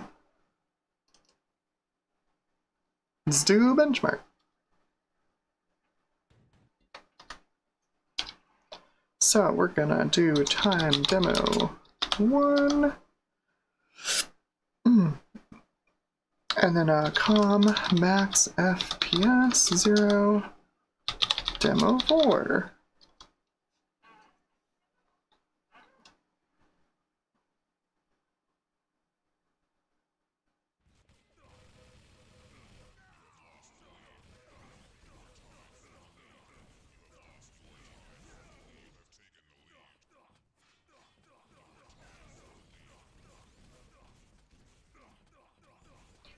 By rights, this is a 10% overclock. It should only get us 10% on our FPS. So like plus 4 frames per second?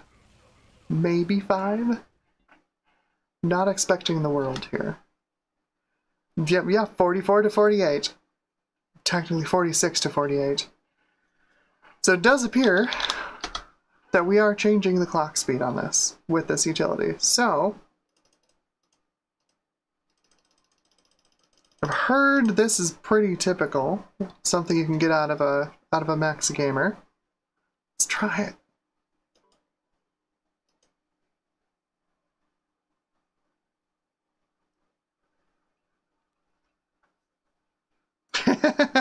Blake DMC says something tells me I should have kept my GeForce 2 from my old gateway. It sucks, doesn't it? You think it's just garbage at the time, and then, you know, 20 years later, man, I wish I kept that. I so wish I had kept that.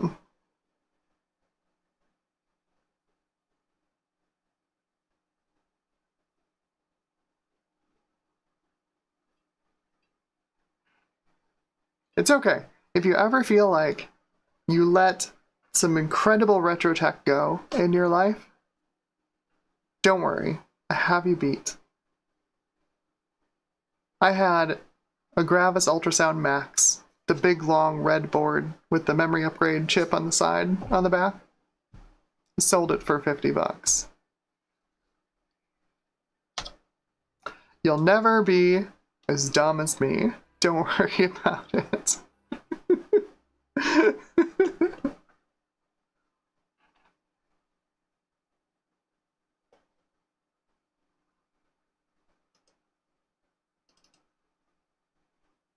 Okay, supposedly we are overclocked.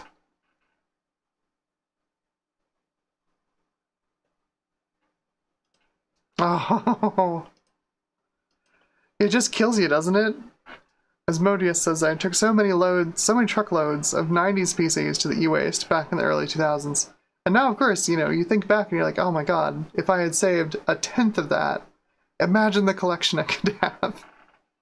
All the retro memories.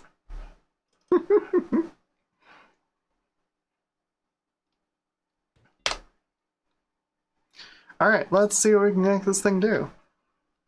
Time, demo 1. Max FPS doesn't really matter. Like, we're not pushing hundreds of frames per second here. But, it's still a good idea to get in the habit. Turning that off when you're benchmarking Quake 3. Otherwise, you start to wonder, why do all my cards get 125 FPS?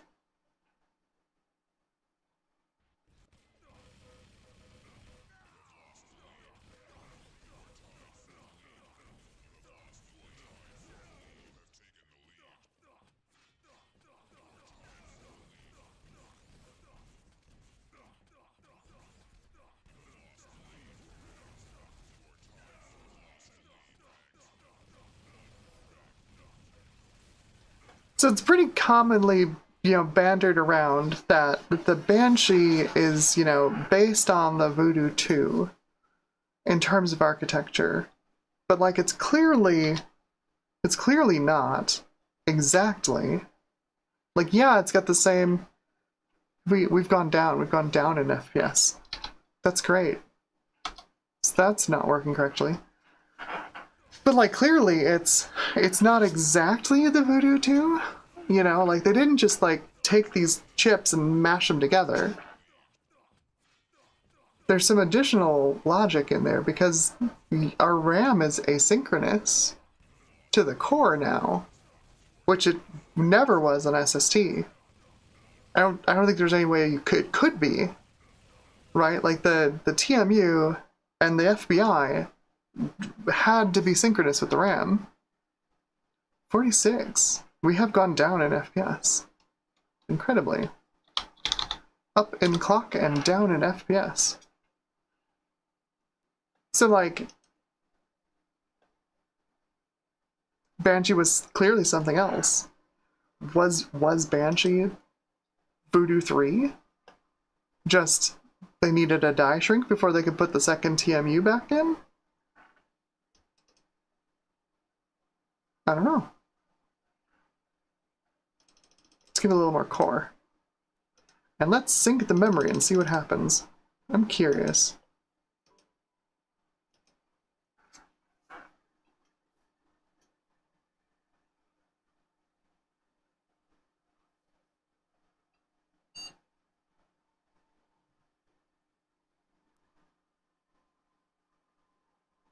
Yeah. Yeah, no, exactly. Pixelpipe says, yeah, RAM is asynchronous and also dynamically allocated for textures and frame buffer. Yeah, there's no way the Voodoo 2 could never do that, right? Like the FBI chip, it had to know how much RAM it had and it never could change, right? And that was not just frame buffer, but also Z buffer. Yeah, there's no way. There's no way the Banshee is just a Voodoo 2. An integrated Voodoo 2. It is an interesting thing. I think I understand more now as I work with it and doing all the research I did for the Voodoo episode, which hopefully will come out Monday afternoon.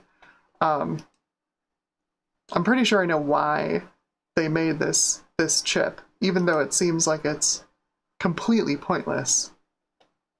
And that's mostly because they wanted to try and solve a problem. It's why the guys who started 3DFX did pretty much everything they did. They wanted to solve a problem. There was an interesting problem. They wanted to fix it.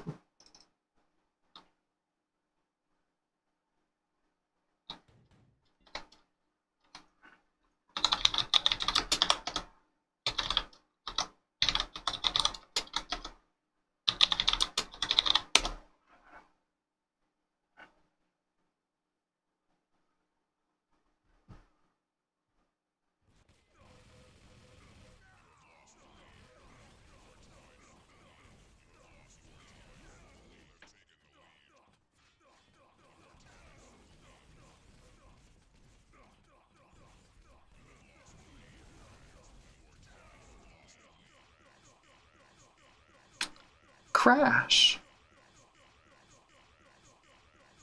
Well then.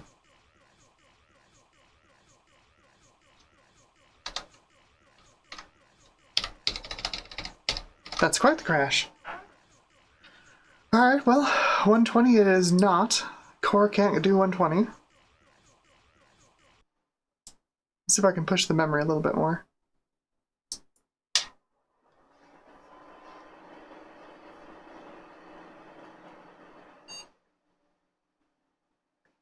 Timo says, so design flaw was on Voodoo's chips, or rather weakness. Sorta. You know, when you're fabbing chips, you know, you have to decide what process node you're going to put them on.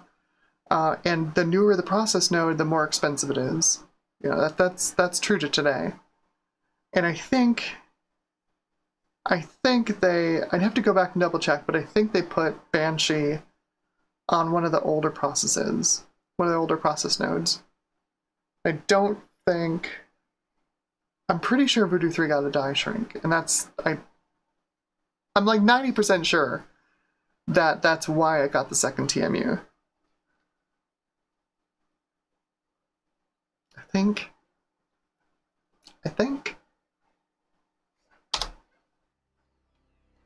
I'd have to double check it though, because I don't remember exactly.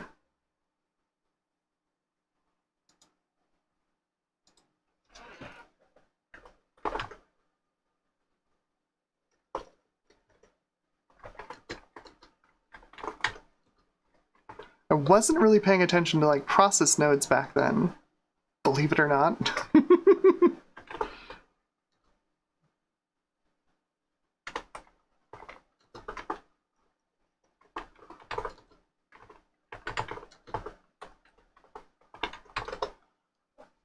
Let's get this stupid EX turned off.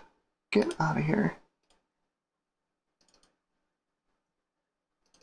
Okay, so 115, let's see if the memory go to 130.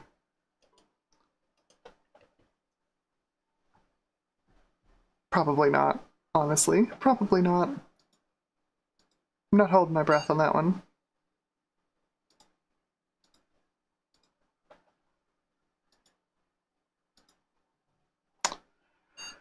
Let's see.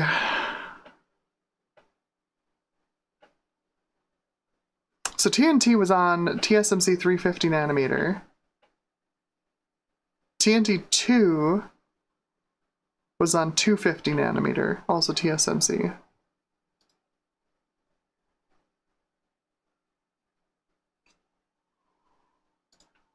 Ooh, excuse me.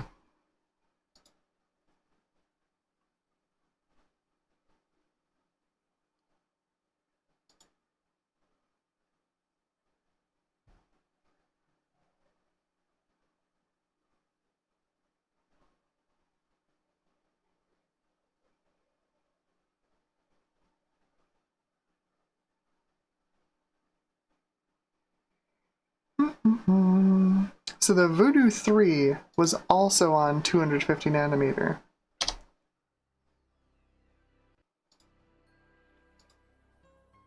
So, yeah, for whatever reason,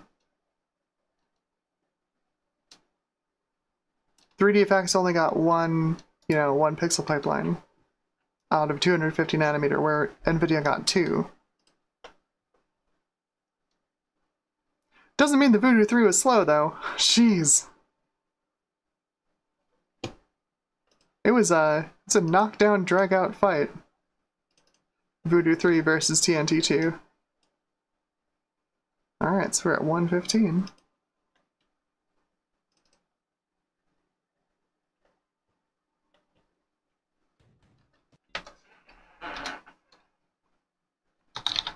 Time demo 1. Max FPS 0. See which does.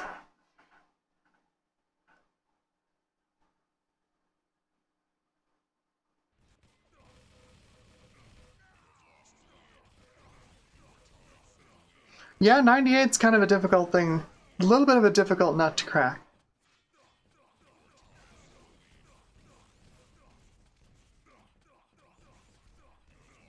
Blake DMC says, I can't believe building a Windows 98 retro gaming PC is now like building a new PC. I'm assuming in cost, you mean? Because, like, yeah. Yeah, Windows XP is much easier to build today. And more cheaply done. We're stuck at 46 FPS. That's annoying. So I think we got the best performance out of... What was it? 110, 120, 110, 125? I don't remember. But, it's kind of disappointing. That's kind of disappointing. Well, it is now nearly 8 o'clock, and the sun has set. I still need to go get my dinner. So, I think I'm going to wrap up the stream, y'all. It's been fun. You're definitely going to see this Voodoo again. Absolutely. Let's shut this down and play everybody out, hey?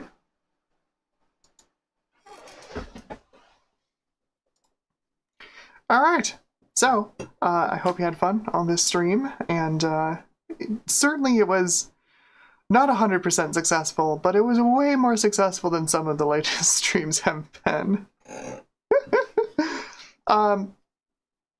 Yeah, anyway, this Voodoo is, it's in good shape. It's been pretty reliable for me, and I think we're gonna see it again, probably in the not too distant future.